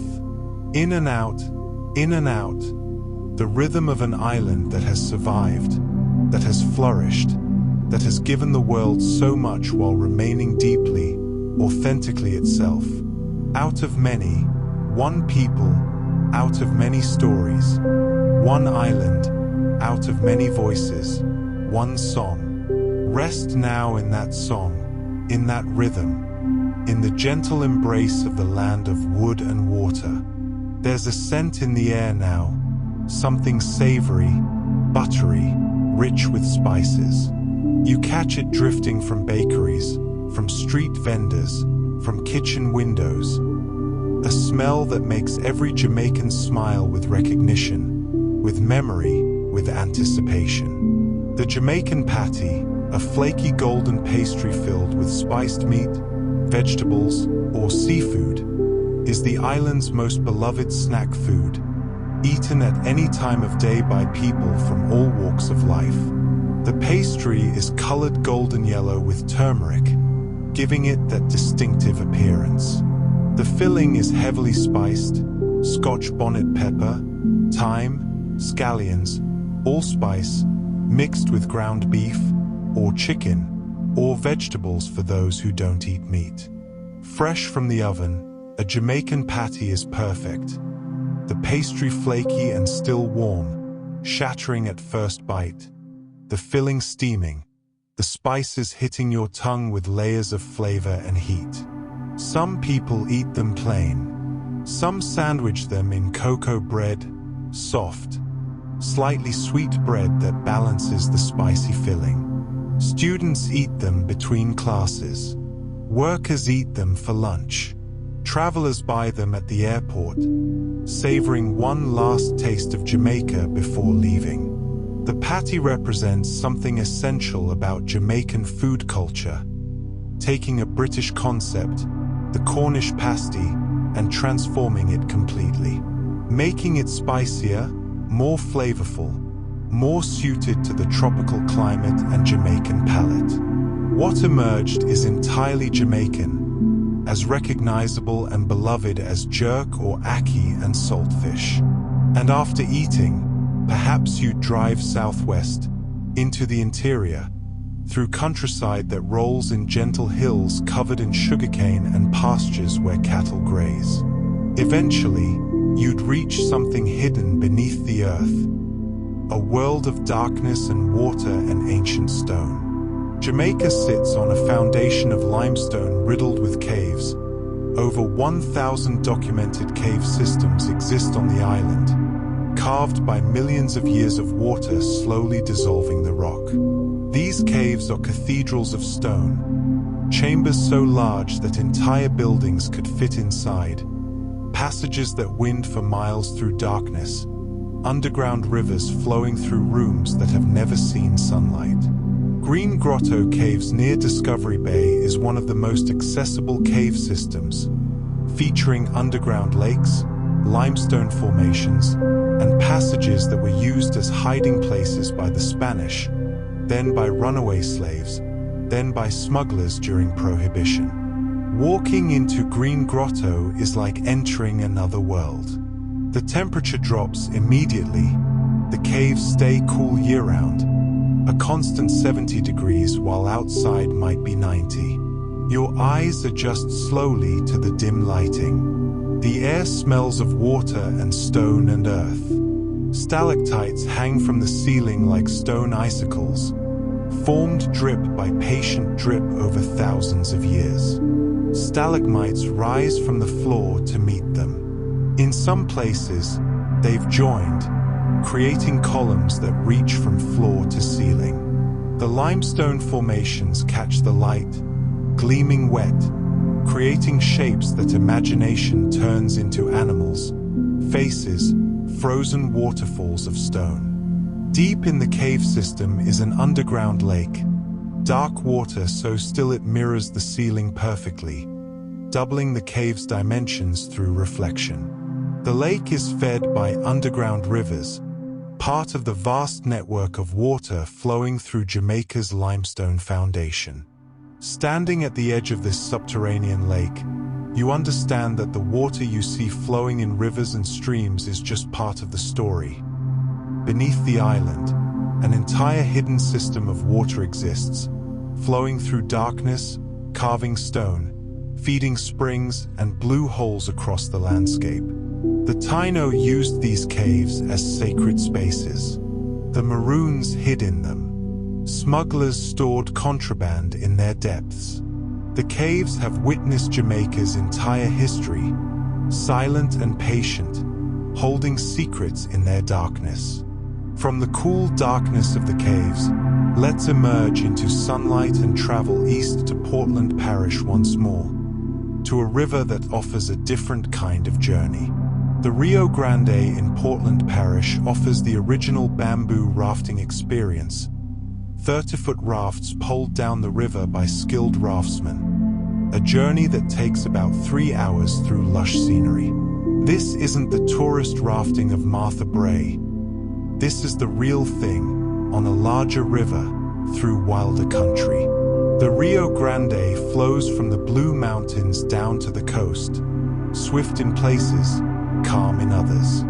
The raft is solid bamboo poles lashed together, with a raised seat for passengers. The raftsman stands at the back, guiding with a long bamboo pole, reading the river with practiced skill. As you float down the Rio Grande, the forest rises on both sides, thick, green, alive with birds and insects. The water is clear enough to see rocks on the bottom, fish darting in the shallows. The raft moves with the current, the raftsman occasionally pushing off from rocks, steering around obstacles, choosing the best channel through rapids. Sometimes he'll point out birds, a white egret standing motionless in the shallows, a John Crow vulture circling overhead, or explain what plants grow along the banks, what the old people used them for. Mostly, though, there's just the sound of water flowing, of the bamboo creaking slightly, of wind in the trees. Peace, the river doing what rivers do, flowing from mountain to sea, carrying you with it, asking nothing but that you surrender to its current, trust its path. And along the riverbanks, among the many plants growing wild, there's one that Jamaica has shared with the world. Jamaica is one of the world's leading producers of ginger. The rhizomes grow beautifully in Jamaica's rich soil and tropical climate, producing some of the finest quality ginger available. The ginger plants grow in neat rows, their green shoots rising like grass, their roots spreading underground, growing thick and aromatic. Harvest time for ginger is labor-intensive. The roots must be dug carefully, washed, dried, sorted. Fresh Jamaican ginger is potent. Peel a root and the scent fills the air, sharp and warming. Grate it and your eyes water from the strength. But that potency is prized. Jamaican ginger flavors ginger beer, ginger tea, ginger cake, ginger cookies. It's used in cooking, in traditional medicine, in rum punches that warm you from the inside. Jamaican ginger beer, unlike the mild ginger ale common elsewhere, is intensely gingery, often made from fresh ginger root boiled with sugar and spices, creating a drink with real heat and depth. The traditional way to make it involves fermenting the ginger, creating a slightly fizzy, intensely flavored beverage that's both refreshing and warming at once. Some versions are so strong they make you cough, so spicy they make your eyes water, but in a good way, a cleansing way. On hot afternoons, ginger beer served over ice with a squeeze of lime is perfection. The ginger cuts through the heat, the fizz refreshes, the spice wakes you up. It's not a gentle drink, it's bold, assertive, making no apologies for its intensity. Very Jamaican, in other words. If you're drinking ginger beer in Kingston, you might be at Sabina Park or the National Stadium, watching Jamaica's other great sporting passion. Cricket has been played in Jamaica since the colonial era, and the West Indies cricket team, which includes Jamaican players, has produced some of the sport's greatest legends. Names like Courtney Walsh, Chris Gale, and Michael Holding. Jamaican cricketers who dominated the sport, who made the world respect Caribbean cricket. The cricket grounds in Jamaica are social spaces. Families come for the day, bringing food, drinks, settling in for hours of play. The crack of bat on ball echoes across the field. The crowd erupts when a boundary is hit or a wicket falls. Between plays, people reason, eat, drink, watch with expert eyes, offering commentary on every decision, every shot, every ball. Cricket here isn't the stuffy, reserved game of England. It's Caribbean cricket, musical, expressive, joyful even in competition. The players have style, flair, personality. The crowds are engaged, vocal, knowledgeable.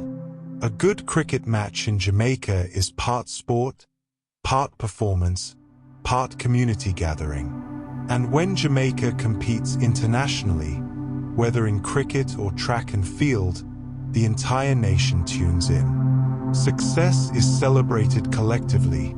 Street parties erupt, car horns honk, strangers embrace. The athletes aren't just representing themselves, they're carrying Jamaica's hopes, proving the island's worth on the global stage. From such a small place, such outsized success, it fills Jamaicans with pride, with a sense that despite the island's size, despite its challenges, Jamaica matters. Jamaica can compete with anyone. This pride is reflected in the currency that changed hands throughout the island.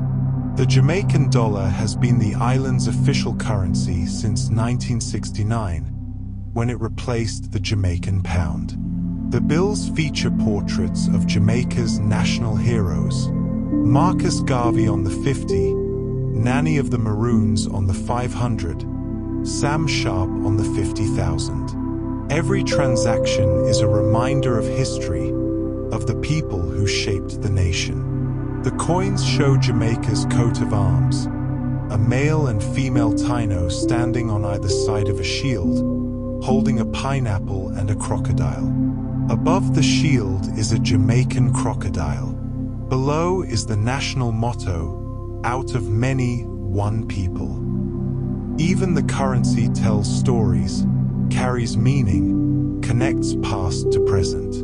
And if you want to see one of the most beautiful sights in Jamaica, something that requires no museums or tours, just timing and awareness, drive through Bamboo Avenue in St. Elizabeth Parish, where giant bamboo trees form a natural tunnel over 3 miles of roadway. The bamboo was planted in the 17th century, and over time, the trees on both sides of the road grew together, their tops meeting high above, creating a living cathedral. Driving through Bamboo Avenue is otherworldly. The bamboo trunks rise like columns, 30 feet or more before the foliage begins. The sunlight filters through in green-gold beams, creating patterns of light and shadow that shift as you drive. The sound changes too.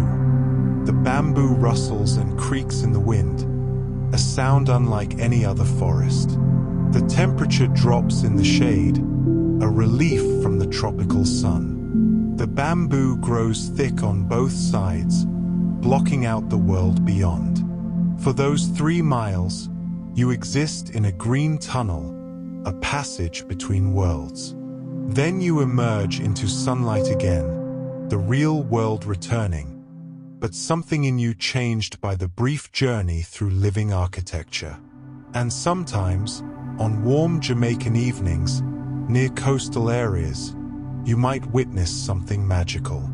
Jamaica's warm, shallow bays occasionally host bioluminescent plankton, microscopic organisms that glow when disturbed, creating trails of blue-green light in the water. Not every bay, not every night, but when conditions are right, the water becomes magical.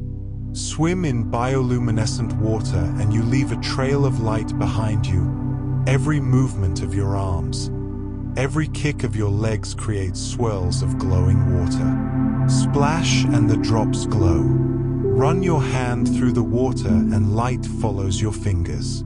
It's like swimming through liquid stars, through captured fireflies, through something that can't possibly be real but is.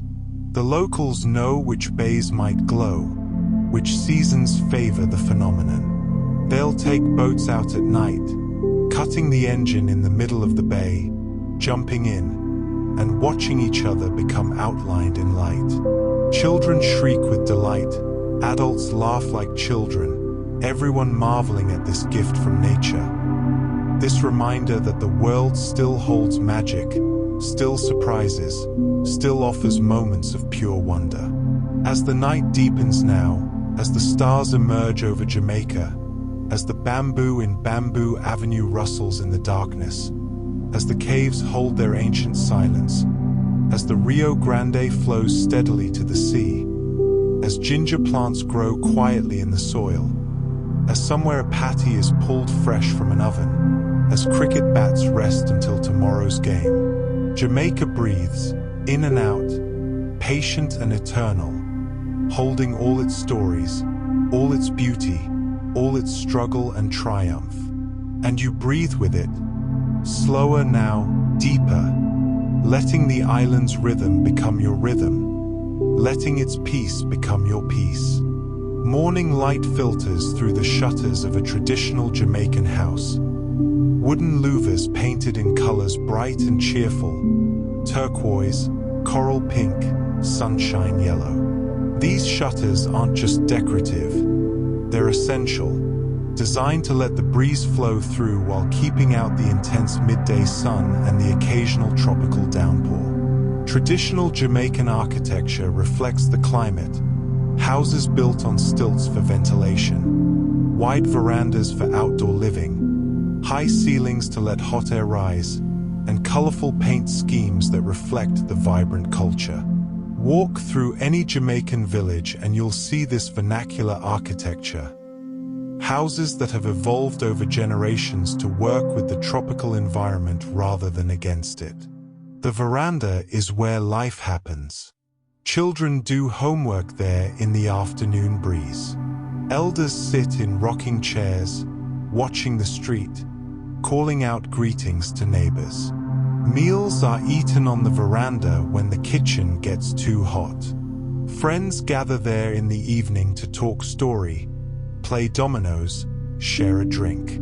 The veranda is threshold space, neither fully inside nor outside, but somehow both, a place that welcomes the world while maintaining the sanctity of home. And in these homes, in these communities, knowledge is passed down, not just through schools, but through generations sharing wisdom. Jamaica has a strong tradition of bush medicine, herbal remedies passed down through African and Taíno traditions. using plants that grow wild across the island.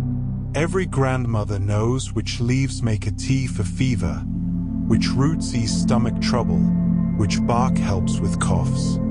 Cerasee tea for cleansing the blood. Leaf of life for inflammation. Soursop leaves for sleep and calm. Guinea hen weed for dozens of ailments. These aren't just folk remedies. Many have been studied by scientists and found to contain genuine medicinal compounds. But the knowledge existed long before the studies, carried in memory and practice, grandmother to mother to daughter, generation after generation. On mornings when someone feels unwell, you might see them in the yard, picking leaves, pulling up roots, preparing bush tea. The practice connects them to ancestors who survived with only what the land provided, who learned through observation and necessity which plants heal and which harm. Modern medicine has its place, certainly, but bush medicine remains, a living link to the past, a testament to accumulated wisdom. And if you venture out from these villages into certain parts of the island, you might encounter something that seems frozen in time. Port Antonio on the northeast coast was once Jamaica's main banana port in the late 1800s and early 1900s, where banana boats would load fruit for export to America and Europe, creating enormous wealth before disease and hurricanes devastated the industry. Port Antonio in its heyday was glamorous. Wealthy merchants built grand homes. Movie stars came to vacation. Hotels catered to international visitors. Errol Flynn famously made Port Antonio his home, sailing in its harbors, exploring its rivers, living the life of a tropical adventurer. But when the banana trade declined, Port Antonio fell quiet. The grand hotels closed. The visitors went elsewhere. The town settled into a slower pace, forgotten by the tourism boom happening on other parts of the island. Today, Port Antonio has a faded elegance. Colonial buildings with peeling paint, old warehouses now repurposed or empty, a quiet harbor where fishing boats bob instead of banana boats. But there's beauty in this quietness, in a place that hasn't been overdeveloped, that retains authenticity. The locals prefer it this way, less crowded, less commercial, more like the Jamaica that was. And just outside Port Antonio lies one of Jamaica's most stunning natural features. The Blue Lagoon we mentioned earlier is part of a coastline that includes numerous mineral springs and freshwater sources meeting the sea, creating an ecosystem of remarkable clarity and color. The water here is so clear that you can see 60 feet down in places.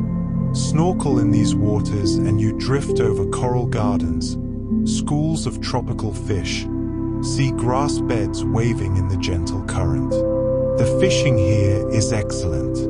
Local fishermen go out before dawn in small boats, returning with the day's catch, snapper, kingfish, lobster, conch.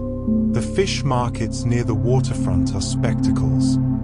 Fishermen laying out their catch on tables, calling out prices, negotiating with buyers.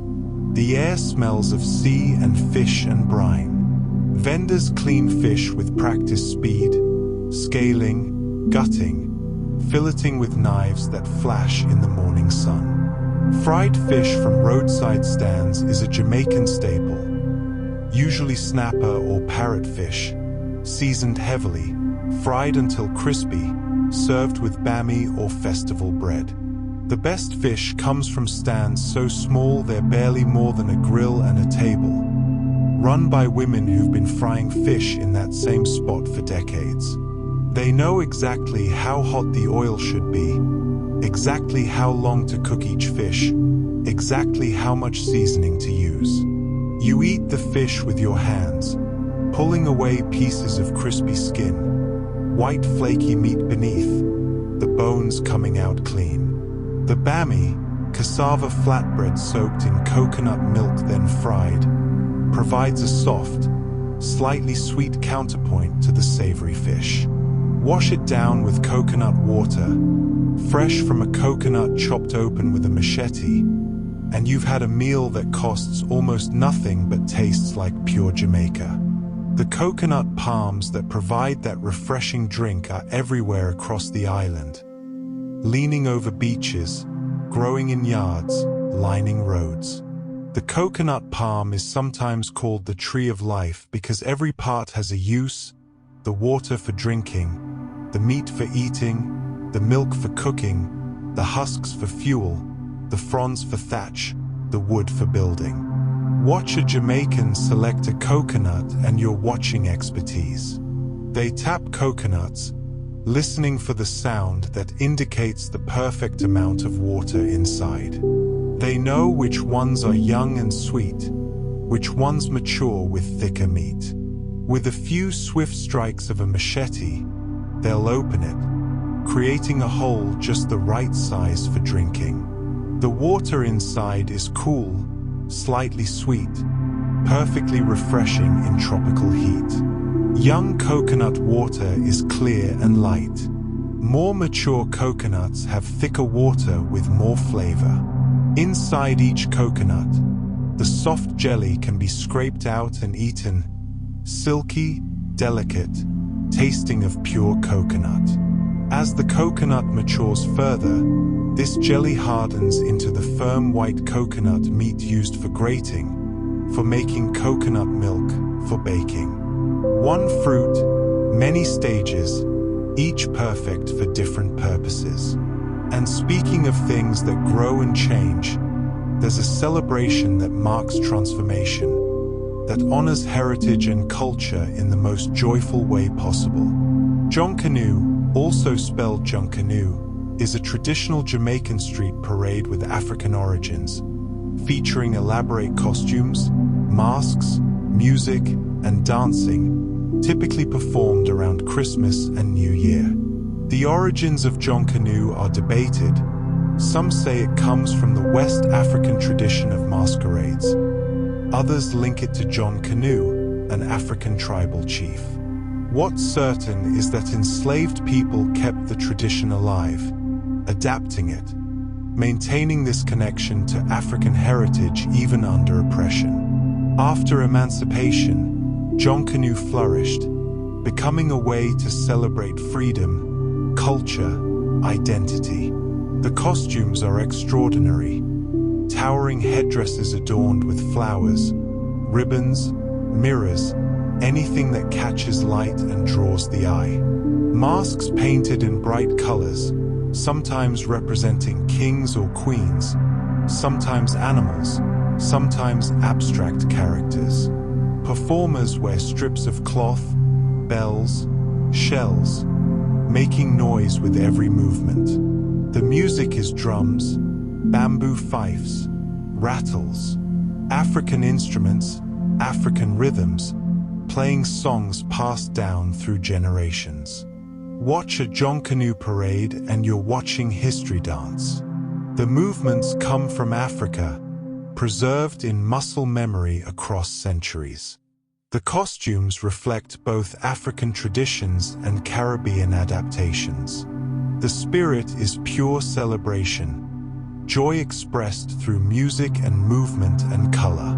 Children watch wide-eyed, absorbing traditions they'll pass to their own children someday.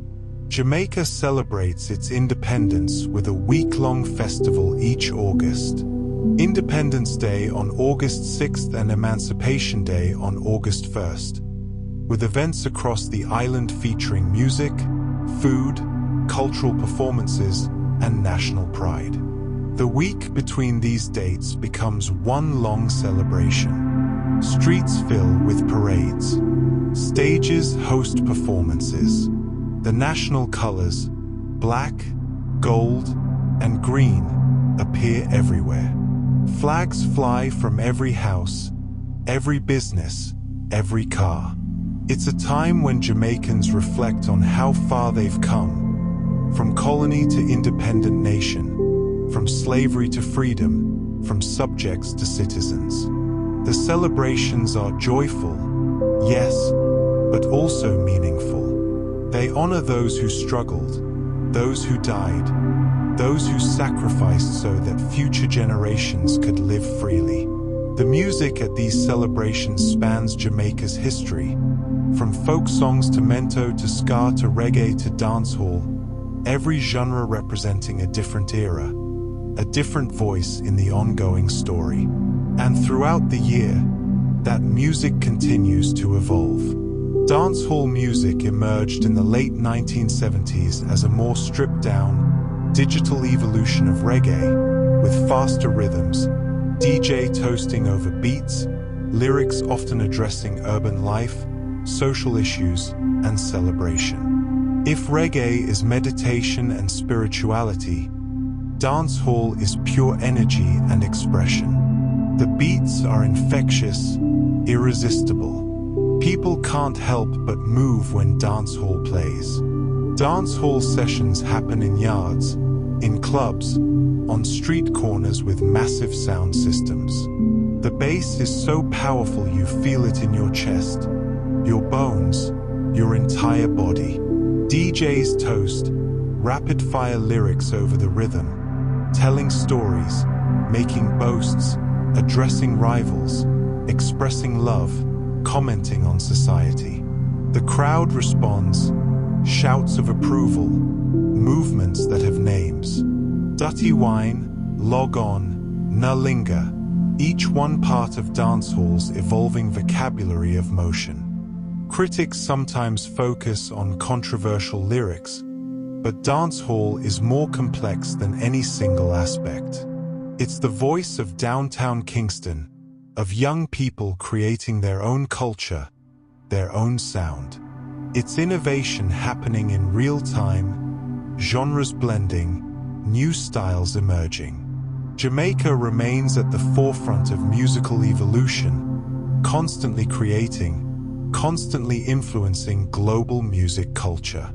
And when the music finally quiets, when the celebrations wind down, when night settles over the island, Jamaica's night skies offer spectacular stargazing in areas away from city lights. The Milky Way stretches clearly overhead, planets shine bright, and occasionally the Caribbean is dark enough to see meteor showers in their full glory. Lie on a beach at night, away from hotels and streetlights, and look up. The stars appear in multitudes, more than you knew existed, crowding the darkness with light. The Milky Way flows across the sky like a river. Satellites drift past. Sometimes a meteor streaks across, a wish-making opportunity that Jamaicans still honor, still participate in, despite knowing the scientific explanation. The night sky witnessed the Taíno, the Spanish, the enslaved, the free, the independent nation. The same stars that guided Polynesian navigators to Hawaii shone on ships crossing the Atlantic. The same constellations witnessed every moment of Jamaica's long history, and they'll shine long after all of us are gone. Patient, eternal, indifferent to human drama, beautiful regardless. As you rest now beneath these stars, real or imagined, as the trade winds blow gently, as the coconut palms rustle, as somewhere a grandmother brews bush tea, as Port Antonio sleeps quietly by its harbor, as jonkanoo costumes hang waiting for the next celebration, as dancehall music pulses from a distant sound system, as the Caribbean laps softly against countless beaches. In the soft hours before dawn, when the world is suspended between sleep and waking, there's a sound that echoes through Jamaican neighborhoods, a gentle, rhythmic clicking. Not loud, but persistent. The sound of dominoes being shuffled, slapped on tables, played with concentration and skill and friendly rivalry. Dominoes is more than a game in Jamaica.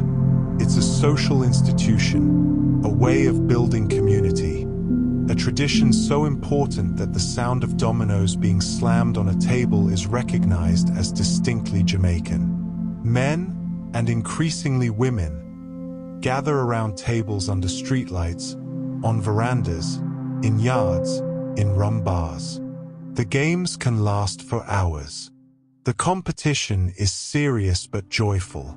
Money might change hands, but more often, it's about pride, skill, the pleasure of the game itself. Watch a domino game and you're watching theater. Players don't just place their dominoes. They slam them down with force, with authority, with flair. The louder the slam, the more confident the play.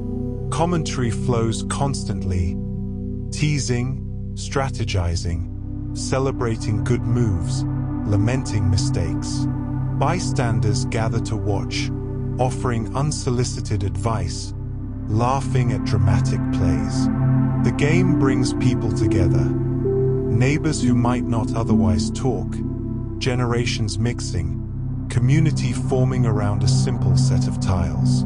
The dominoes themselves become worn smooth from use, the dots fading, the corners rounded, each set carrying the memory of countless games, countless evenings of fellowship and competition. Some sets are family heirlooms, passed down, carrying stories in their smooth surfaces.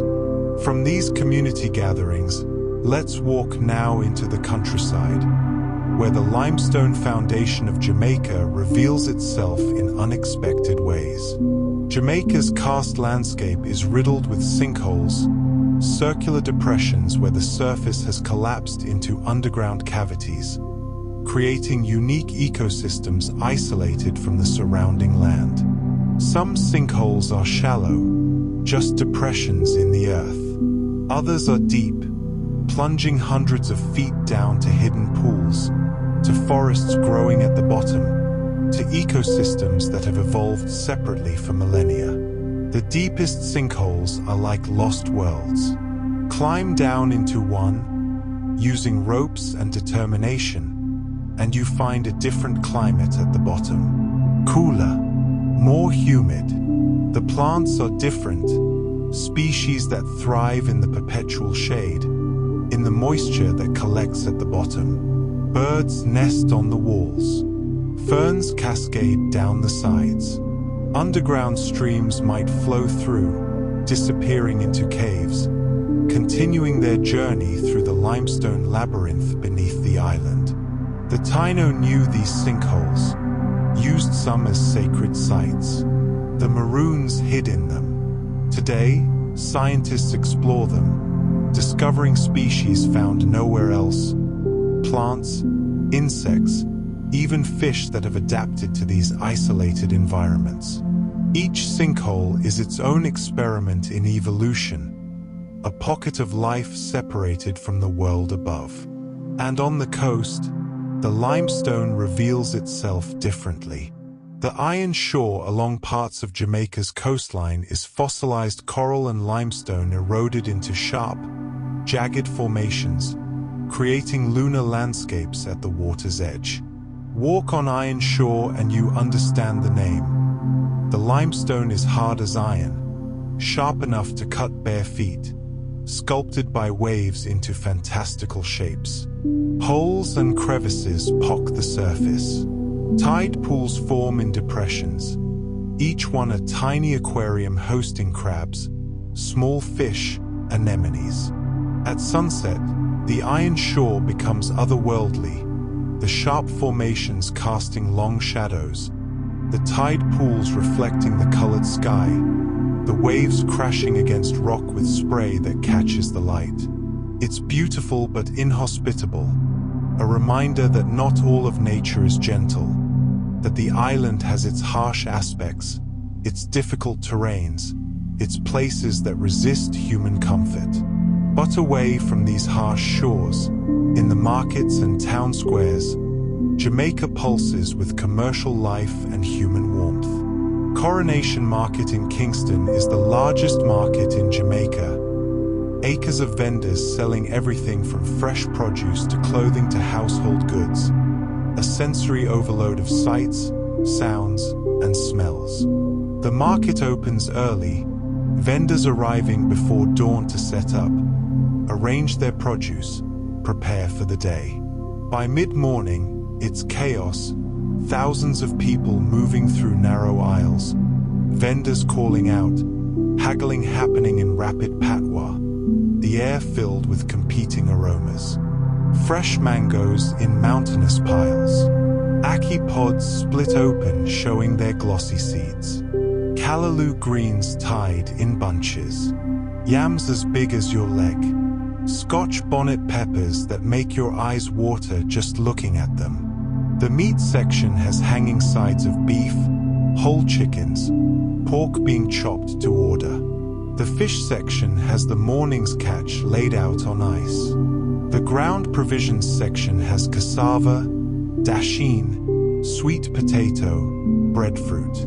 Everything you could possibly need to cook a Jamaican meal is here.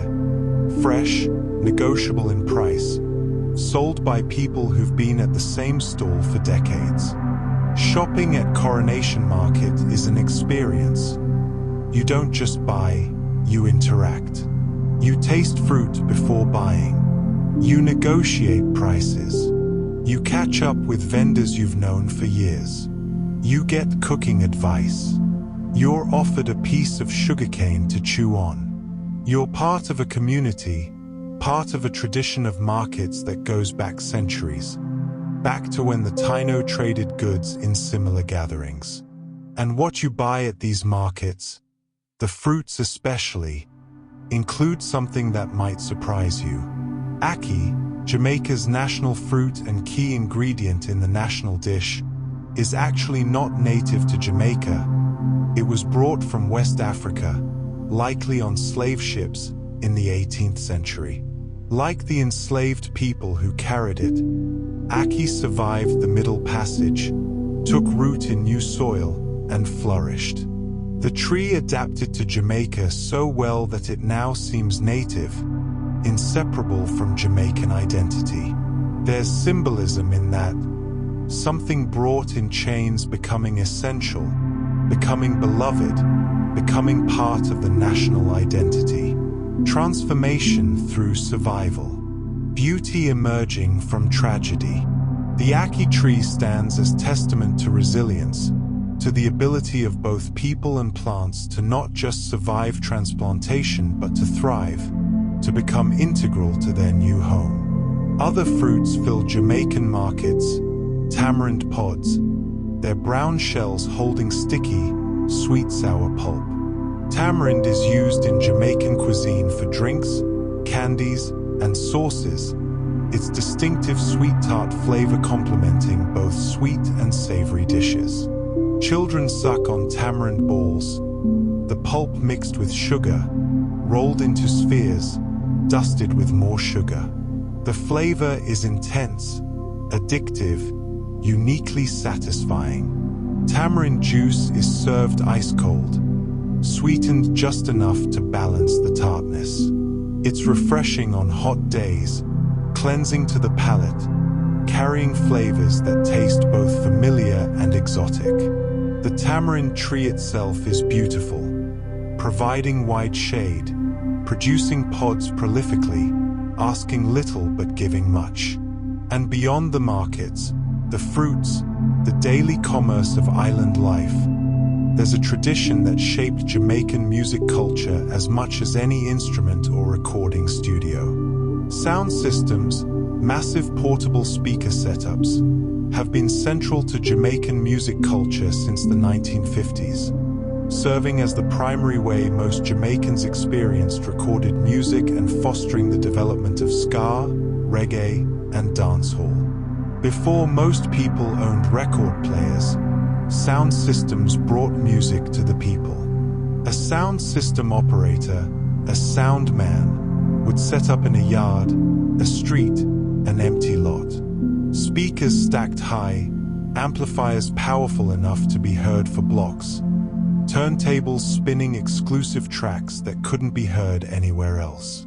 People would gather by the hundreds, dancing, socializing, experiencing new music.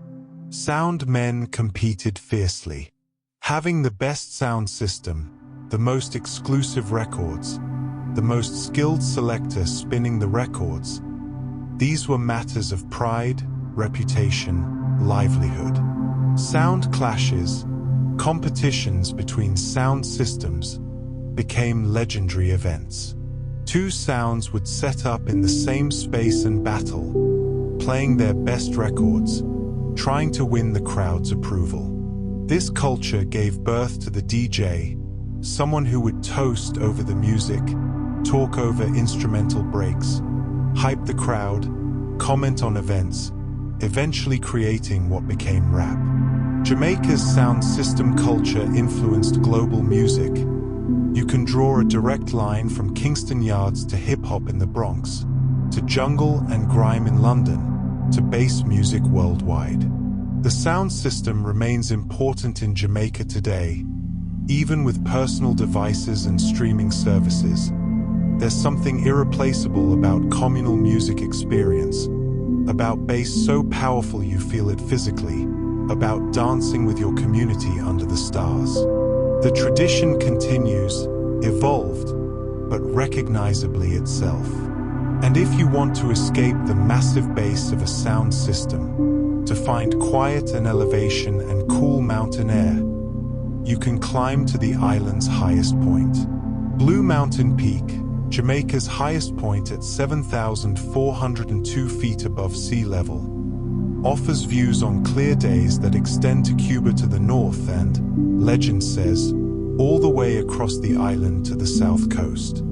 The hike to Blue Mountain Peak usually starts at night, climbers leaving at 2 or 3 a.m. to reach the summit for sunrise. The trail climbs steeply through coffee plantations, then into cloud forest, finally emerging above the tree line to bare, windswept slopes.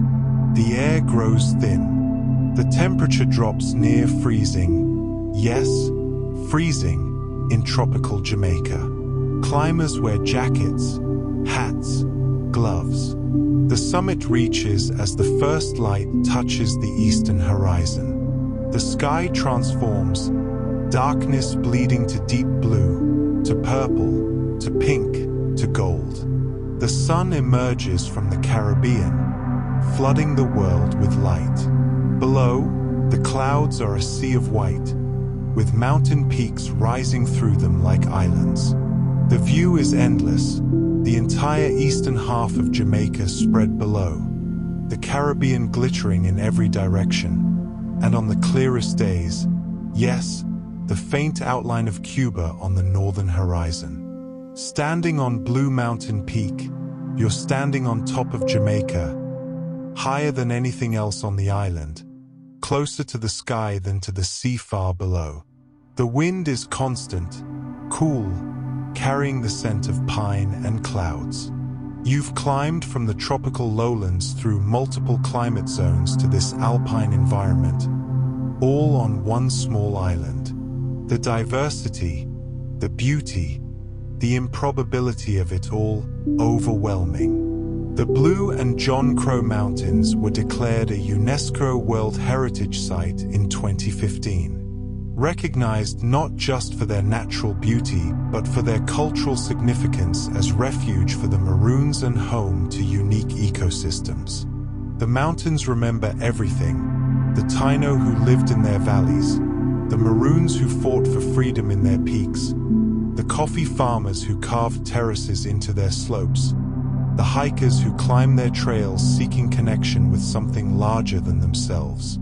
As dawn breaks over Blue Mountain Peak, as the sun rises over Coronation Market, as sound systems wind down after all-night sessions, as domino players head home after their final game, as the iron shore catches first light, as sinkholes hold their morning mist, as tamarind trees stand patient and giving, as Ackee pods open to reveal their fruit, Jamaica takes another breath, beginning another day in its long history of days. Patient, resilient, beautiful. As morning fully arrives across Jamaica, as the day begins its gentle unfolding, Students are waking, preparing for school, for university, for the pursuit of knowledge that has become central to Jamaica's identity and future. The University of the West Indies, established in 1948, has its main Jamaican campus in Mona, just outside Kingston, producing generations of Caribbean leaders, scholars, artists, and professionals. The campus is beautiful, colonial buildings mixed with modern structures, sprawling lawns beneath ancient trees, students from across the Caribbean studying together, creating friendships that will span nations. Walking through the Mona campus, you feel the weight of history and the lightness of youth coexisting. The chapel, over 200 years old, stands as witness to centuries of change. The library holds collections spanning Caribbean history, literature, culture. Students gather under trees to study, to reason, to dream about futures they are building. Education here isn't abstract. It's personal, urgent, transformative. For many students, university represents the first person in their family to access higher education, a bridge to possibilities their grandparents couldn't have imagined. Jamaica values education deeply. Literacy rates are high. Schools are everywhere, even in remote areas. The belief that education is the pathway out of poverty, the tool for advancement, the key to independence, this belief runs deep. Parents sacrifice to send children to school. Communities celebrate academic achievements. Teachers are respected, honored, their work understood as nation building. And nation building takes many forms. In the cockpit country, in a village older than Jamaica's independence, another form of sovereignty exists. Accompong, in St. Elizabeth Parish, is a Maroon settlement founded in the 1730s. Its residents still live under a degree of autonomy granted by the 1739 peace treaty with the British, with their own elected leader called a colonel. Every January 6th, Accompong celebrates its independence with a festival honoring Cudjoe, the Maroon leader who negotiated the treaty. The celebration includes traditional Maroon music, the Abeng horn blown across the hills, drums beating African rhythms, songs sung in a language that blends English, patois, and African words retained across centuries. The Maroons demonstrate their martial traditions, movements that were once actual combat techniques, now ceremonial but still fierce, still proud. Accompong represents something remarkable, a community that never surrendered, never gave up its autonomy, that maintained its independence through colonialism, through independence, through all of Jamaica's transformations. The Maroons are Jamaican, yes, but they're also distinctly Maroon, carrying traditions that predate modern Jamaica, connecting directly to African ancestors who chose freedom or death. From these heights of human determination, let's wade now into Jamaica's swamps and coastal wetlands, places that seem peaceful, sleepy, but hold a presence both ancient and powerful. Jamaica is home to the American crocodile, smaller and less aggressive than its Nile or saltwater cousins, but still impressive, growing up to 15 feet long and living in coastal mangroves and wetlands. The Jamaican crocodile is shy, reclusive. It basks on mudbanks in remote areas, slips silently into water at human approach. Unlike the aggressive crocodiles of Africa or Australia, Jamaica's crocodiles are rarely threats. They're part of the ecosystem, top predators that keep fish populations in balance, that have survived here for millions of years, predating human arrival by epochs. The Taíno called them sacred. Modern Jamaicans respect them, give them space. In places like the Black River on the south coast, crocodile-watching boat tours drift through mangroves where these ancient reptiles sun themselves. Seeing one is special, a reminder that Jamaica isn't just beaches and music, but also wild places where ancient creatures still thrive. The Black River itself is beautiful, wide, slow-moving, tea-colored from tannins. Mangroves line the banks, their roots creating labyrinths where fish spawn, where herons hunt, where the crocodiles hide. Boat tours move quietly through this world, guides pointing out birds, crocodiles, explaining the ecosystem, the relationships between species, the importance of preserving these wetlands. After such an excursion, perhaps you'd return to Kingston, to a place that represents a different kind of Jamaica, elegant, historical, and deliciously indulgent. Devon House, built in 1881 by Jamaica's first black millionaire, George Steeble, is now a national monument and home to what many consider the best ice cream in Jamaica. The house itself is magnificent. Georgian architecture, high ceilings, chandelier-lit rooms, antique furniture. George Steeble made his fortune in gold mining in Venezuela, returned to Jamaica, and built this mansion that proclaimed success, that said a black man could achieve wealth and respect even in colonial Jamaica. He lived here with style, hosting the elite of Kingston society, proving through his existence that the old hierarchies could be challenged. Today, the house is a museum, but the real draw for most visitors is the ice cream shop in the courtyard. Devon House ice cream isn't just good, it's legendary.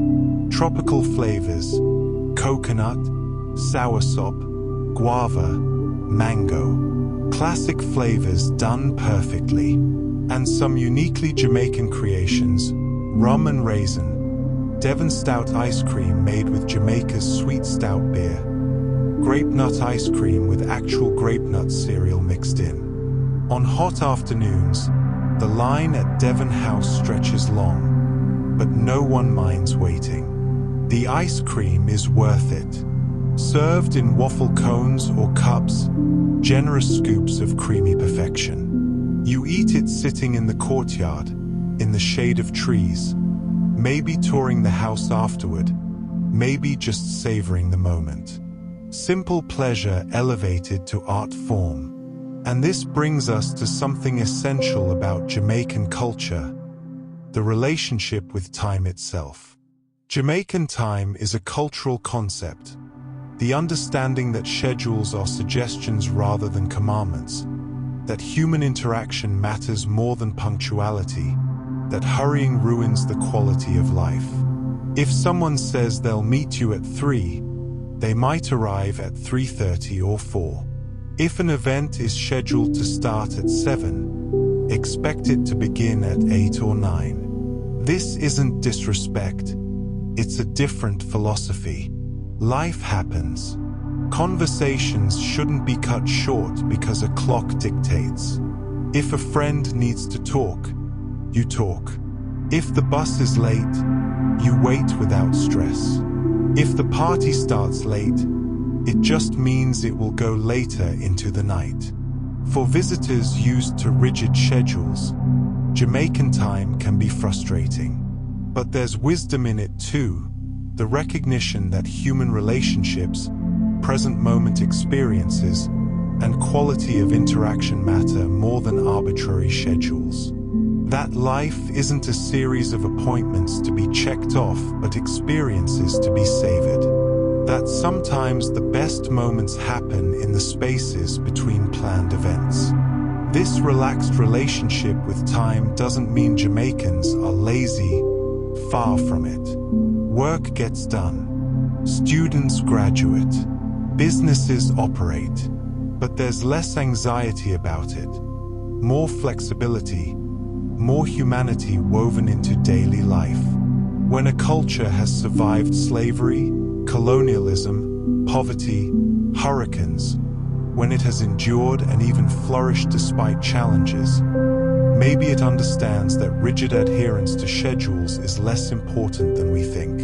And speaking of hurricanes, Jamaica lies in the hurricane belt, with hurricane season running from June through November. The island has weathered countless storms over the centuries, developing a culture of preparation, resilience, and community support during disasters. Hurricane preparation is serious business. When a storm approaches, Jamaicans board windows, stock food and water, charge devices, check on elderly neighbors. The radio and TV provide constant updates. People gather supplies from markets that grow increasingly crowded as the storm nears. Then, waiting. The storm hits or misses. Sometimes it's just heavy rain and wind.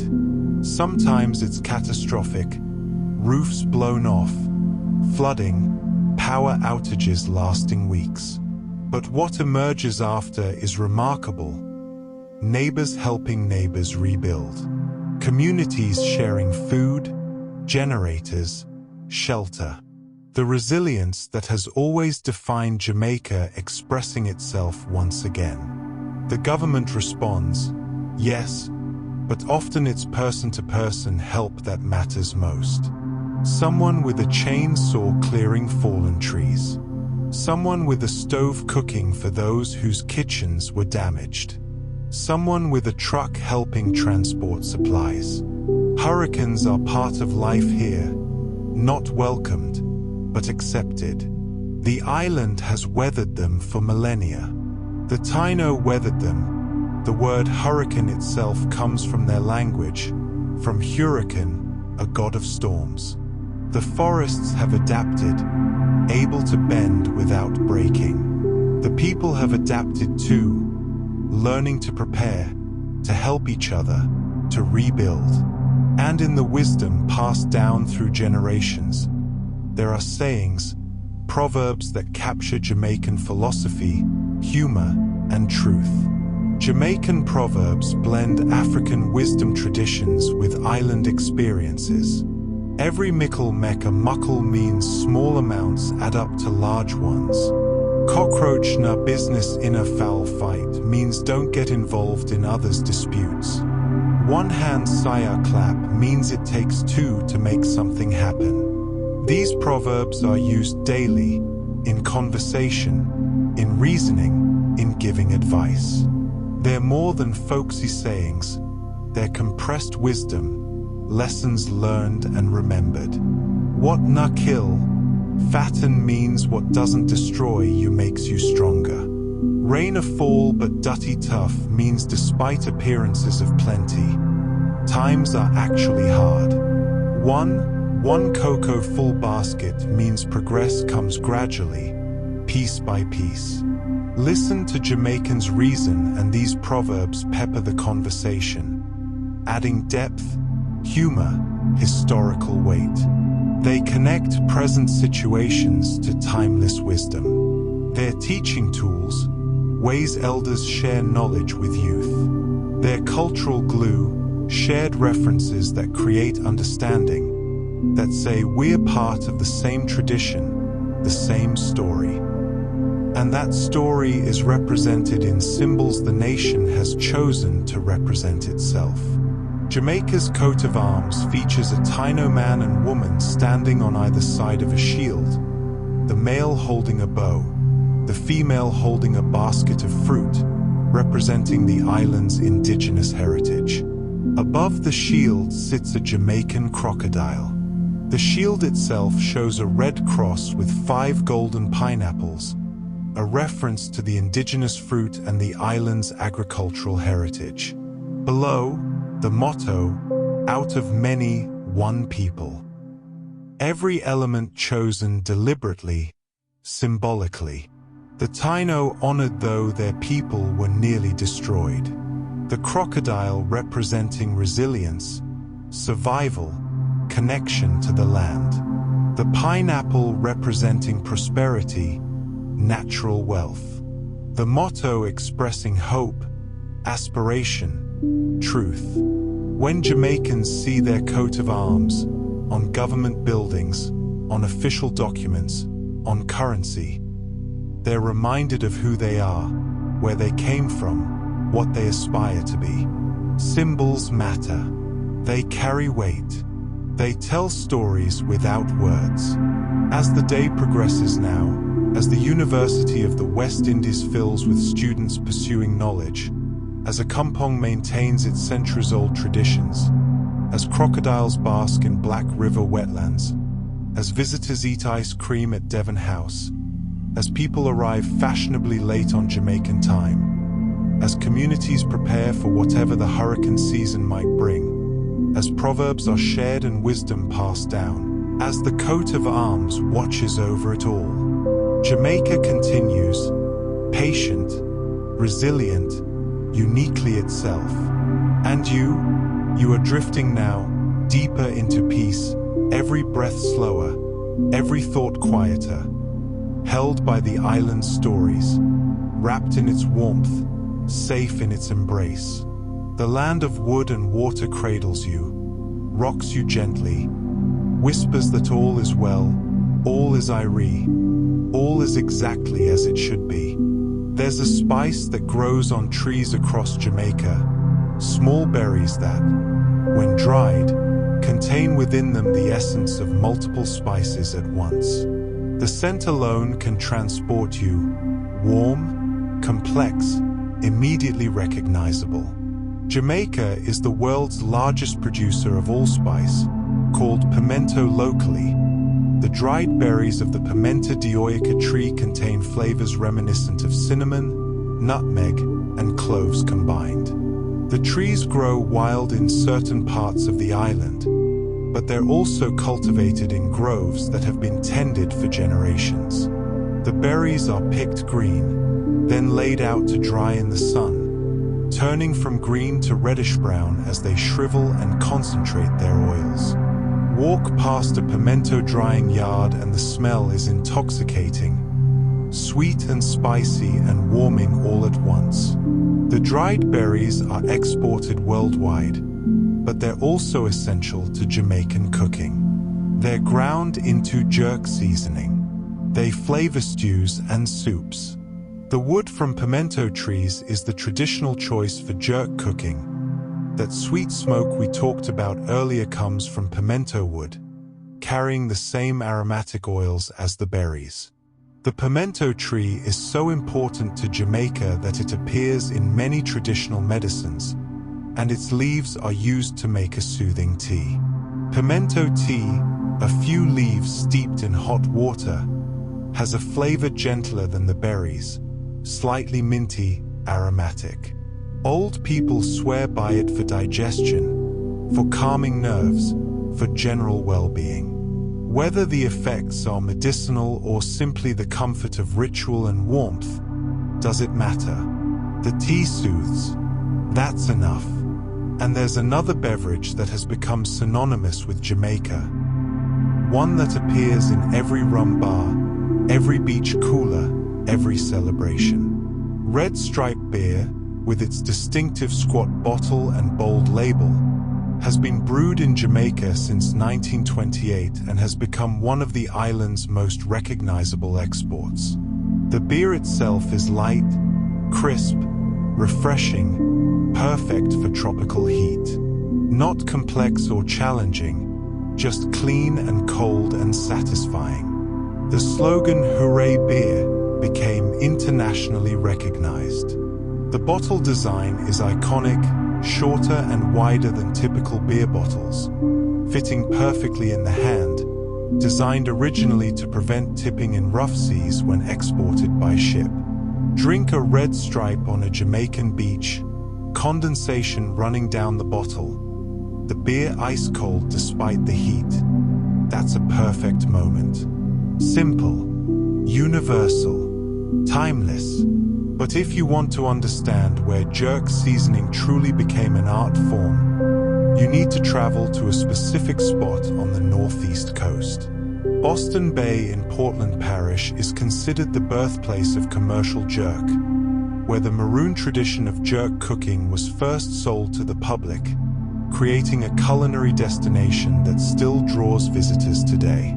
The jerk stands at Boston Bay are legendary, simple structures, mostly just roofs over grills made from oil drums cut in half. Pimento wood smoke drifts constantly. The cooks, mostly older men who've been doing this for decades, tend meat with practiced hands. Chicken, pork, sometimes fish, covered in jerk marinade, slow cooking over the aromatic coals. You order at one stand, pay, receive a number, then wait. The meat isn't rushed. It cooks until it's ready.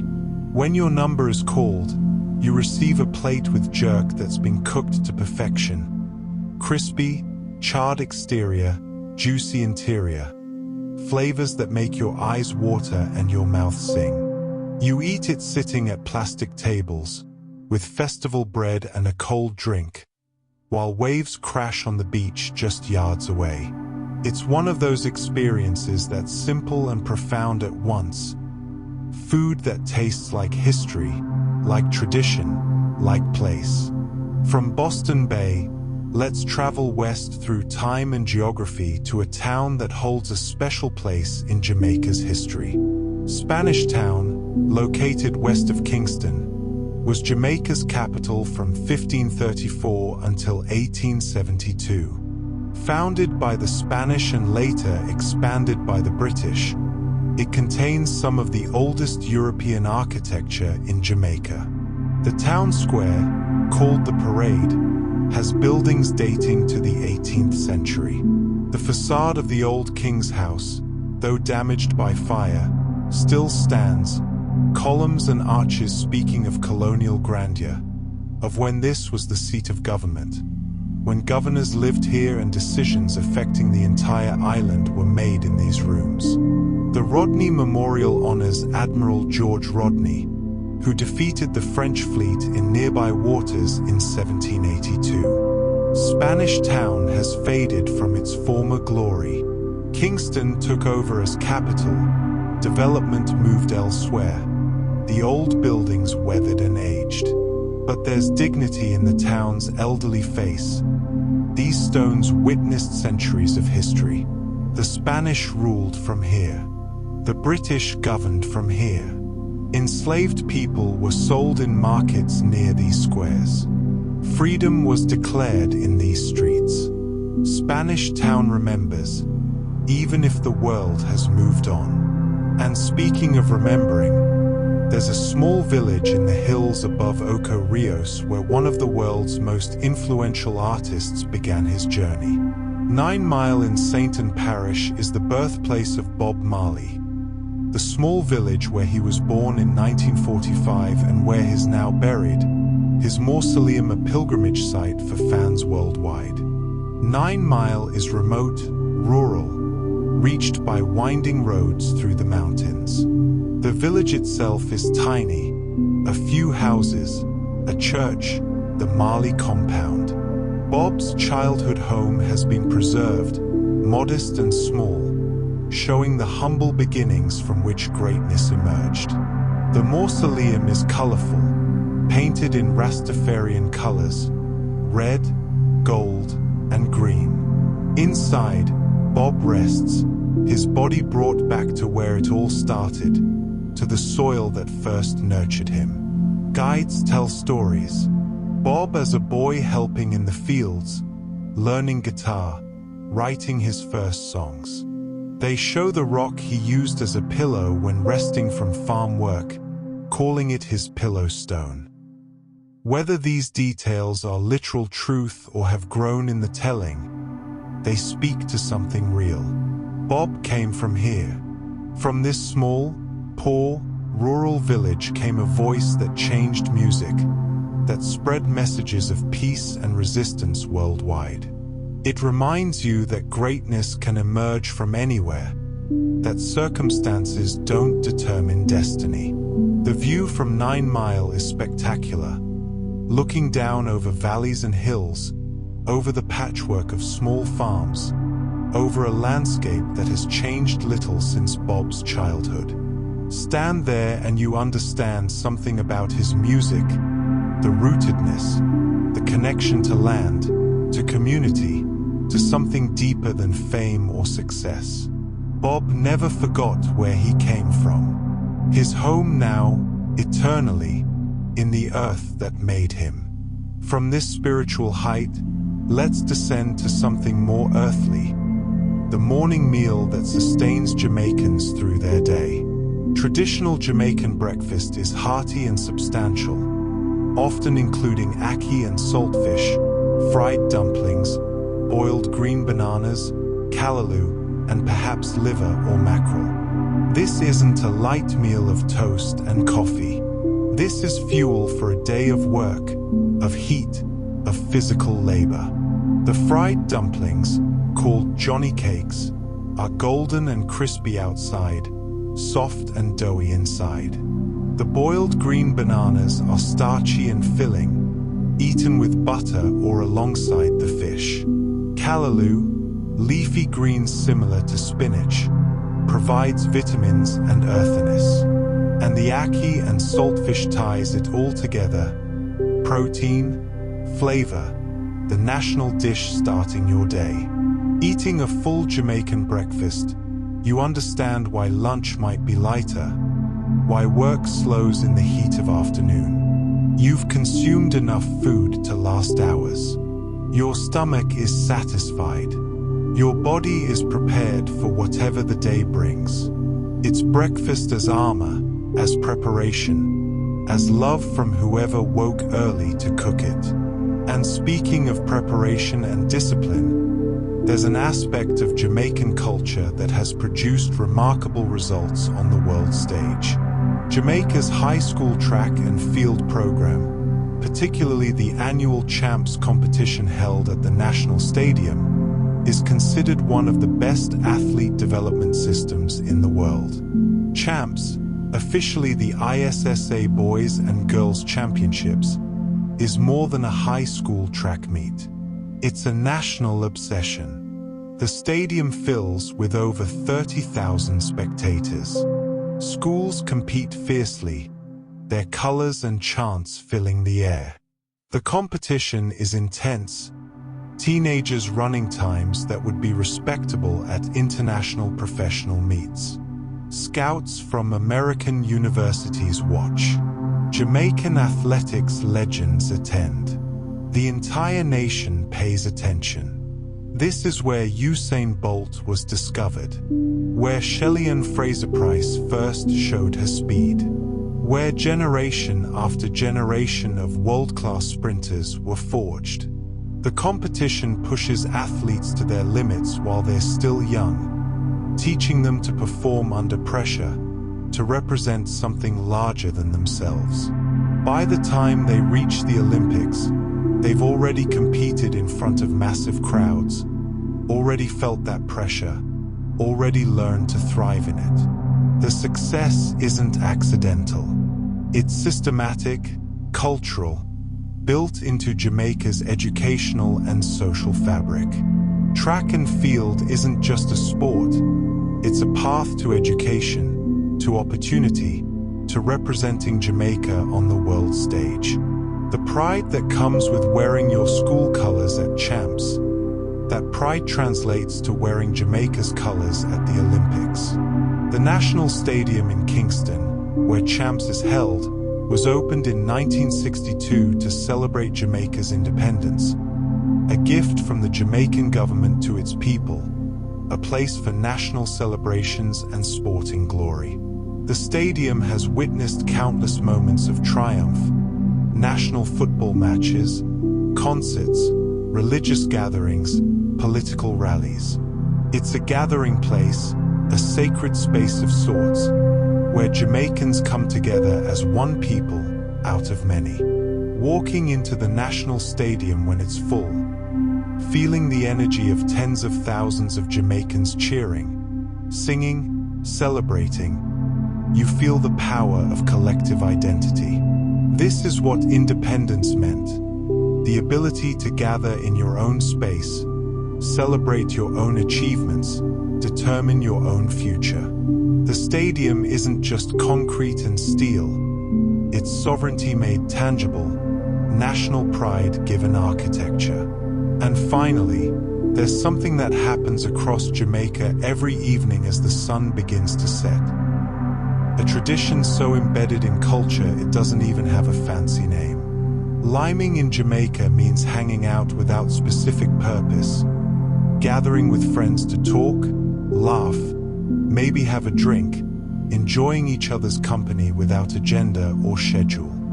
It might happen on a veranda, at a rum bar, on a street corner, at the beach. The activity matters less than the fellowship. People lime after work, on weekends, whenever the opportunity arises.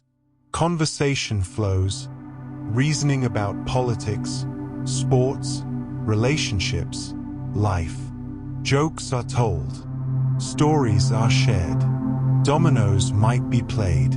Music might be on in the background.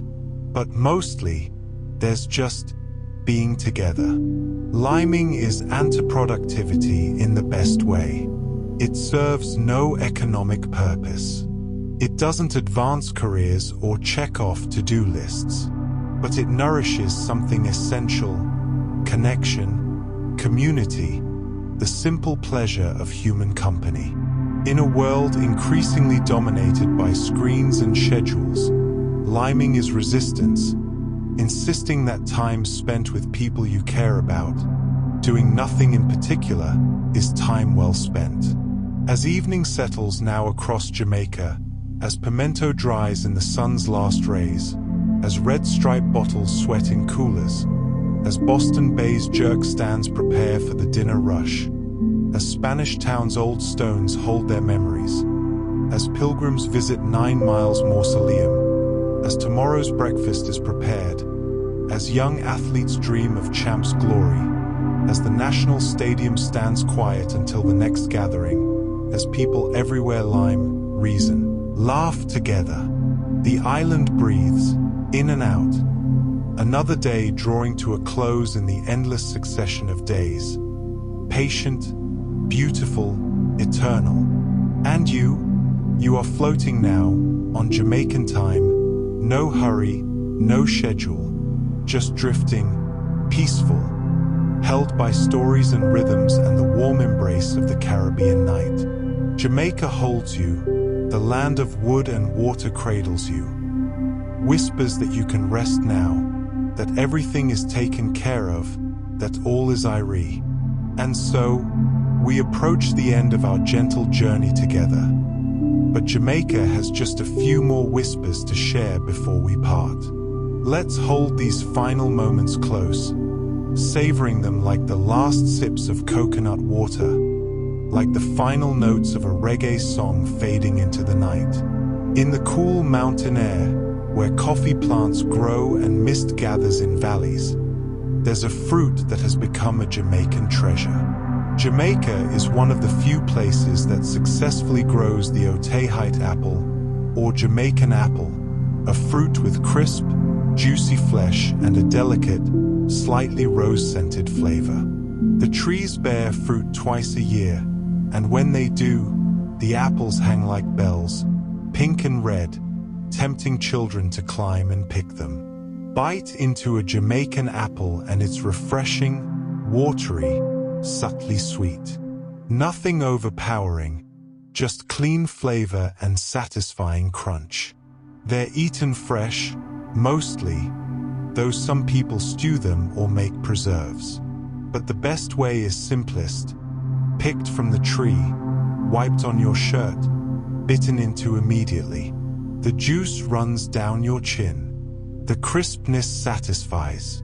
Another gift from the land, freely given. And speaking of gifts, there's a flower that blooms spectacularly across the island, transforming entire hillsides into seas of color. The lignum vitae, Jamaica's national flower, blooms with stunning blue-purple blossoms. But another tree, the African tulip tree, creates dramatic displays of orange-red flowers that dot the landscape. Though not native, It was introduced from Africa. The African tulip has become part of Jamaica's visual identity. The flowers are large, trumpet-shaped, brilliant orange-red with yellow edges. They attract hummingbirds, especially the doctor bird, who feeds on their nectar. The trees bloom prolifically, and when a hillside full of them is in flower, it looks like the forest is on fire, glowing orange against the green, visible for miles. Beauty that announces itself boldly, unashamed of drawing attention. From these heights of color and life, let's wade into Jamaica's waters one more time, to meet a creature both feared and misunderstood. Jamaica's waters are home to the Portuguese man o' war, not actually a jellyfish but a colonial organism, beautiful but painful if touched, washing onto beaches occasionally after storms. The creature floats on the surface, a blue bubble catching sunlight, trailing tentacles that can stretch 30 feet or more. Jamaican children learn early to watch for them, to avoid the purple-blue bubbles on the sand. Lifeguards post warnings when they're present. The sting is intensely painful but rarely dangerous, more like nature's way of saying look but don't touch. There's wisdom in that, respecting beauty from a distance, understanding that not everything in paradise is gentle, that the island has its defenses, its boundaries. But most of Jamaica's marine life is far more welcoming. Dolphin Cove and other marine parks allow visitors to swim with dolphins, showcasing Jamaica's commitment to marine conservation and education. The dolphins are playful, intelligent, curious about the humans in their pools. They'll swim alongside you, let you touch their smooth skin, perform leaps and spins that seem like pure joy made visible. Critics debate whether captive dolphins should exist. It's a valid question. But watching children's faces light up as a dolphin surfaces beside them, watching adults become childlike with wonder, there's value in that connection too. Perhaps it creates the next generation of marine conservationists, people who fell in love with the ocean through a single encounter. And conservation is increasingly important on an island that has given so much to the world. Jamaica is working to protect its remaining forests and marine ecosystems, with programs to restore coral reefs, protect sea turtle nesting sites, and preserve the watershed systems that feed the island's rivers. The work is challenging, balancing development with preservation, tourism with sustainability, present needs with future health. But Jamaicans understand that the land of wood and water can only remain so if the wood and water are protected. The rivers can't flow forever if watersheds are destroyed. The reefs can't shelter fish if they're damaged beyond recovery. The forests can't provide if they're all cut down. What seems like environmental activism is really self-preservation, loving the island enough to fight for its future. This love for the land connects to something deeply Jamaican, a concept that goes beyond environmentalism into identity itself. Many Jamaicans maintain strong connections to specific parishes or communities, identifying themselves not just as Jamaican but as from Westmoreland, from Portland, from St. Mary. The parish you're from shapes your identity, your accent, your loyalty. Sports competitions between parishes are fierce. People take pride in their specific corner of the island. This local loyalty doesn't diminish national identity, it enriches it. Out of many, one people, yes, but those many maintain their distinctiveness, their particular flavors, their unique contributions to the whole. Jamaica is unity in diversity, not uniformity. The parishes are like siblings, different personalities, but undeniably family. and family extends beyond the island's shores. Jamaicans worldwide maintain deep connections to home, sending remittances that form a significant part of Jamaica's economy, returning for holidays and family events, keeping traditions alive in diaspora communities. A Jamaican living in Toronto for 40 years will still say "back home" when referring to Jamaica. Children born in London or New York learn to cook Jamaican food, speak patois, understand that they're Jamaican even if they've never seen the island.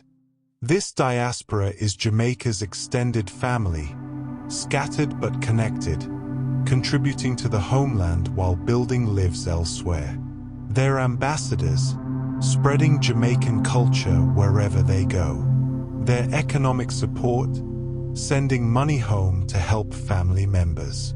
They're living proof that you can leave Jamaica, but Jamaica never leaves you. As our time together draws to a close, as we've journeyed from volcanic origins to present day, from Taíno settlements to independence celebrations, from mountain peaks to ocean depths, from jerk stands to university campuses, from Bob Marley to Usain Bolt, from rivers to reefs to rum bars, we've only scratched the surface. 100 facts about Jamaica, but really, just 100 windows into something far larger, far deeper, far more complex and beautiful than any list can capture.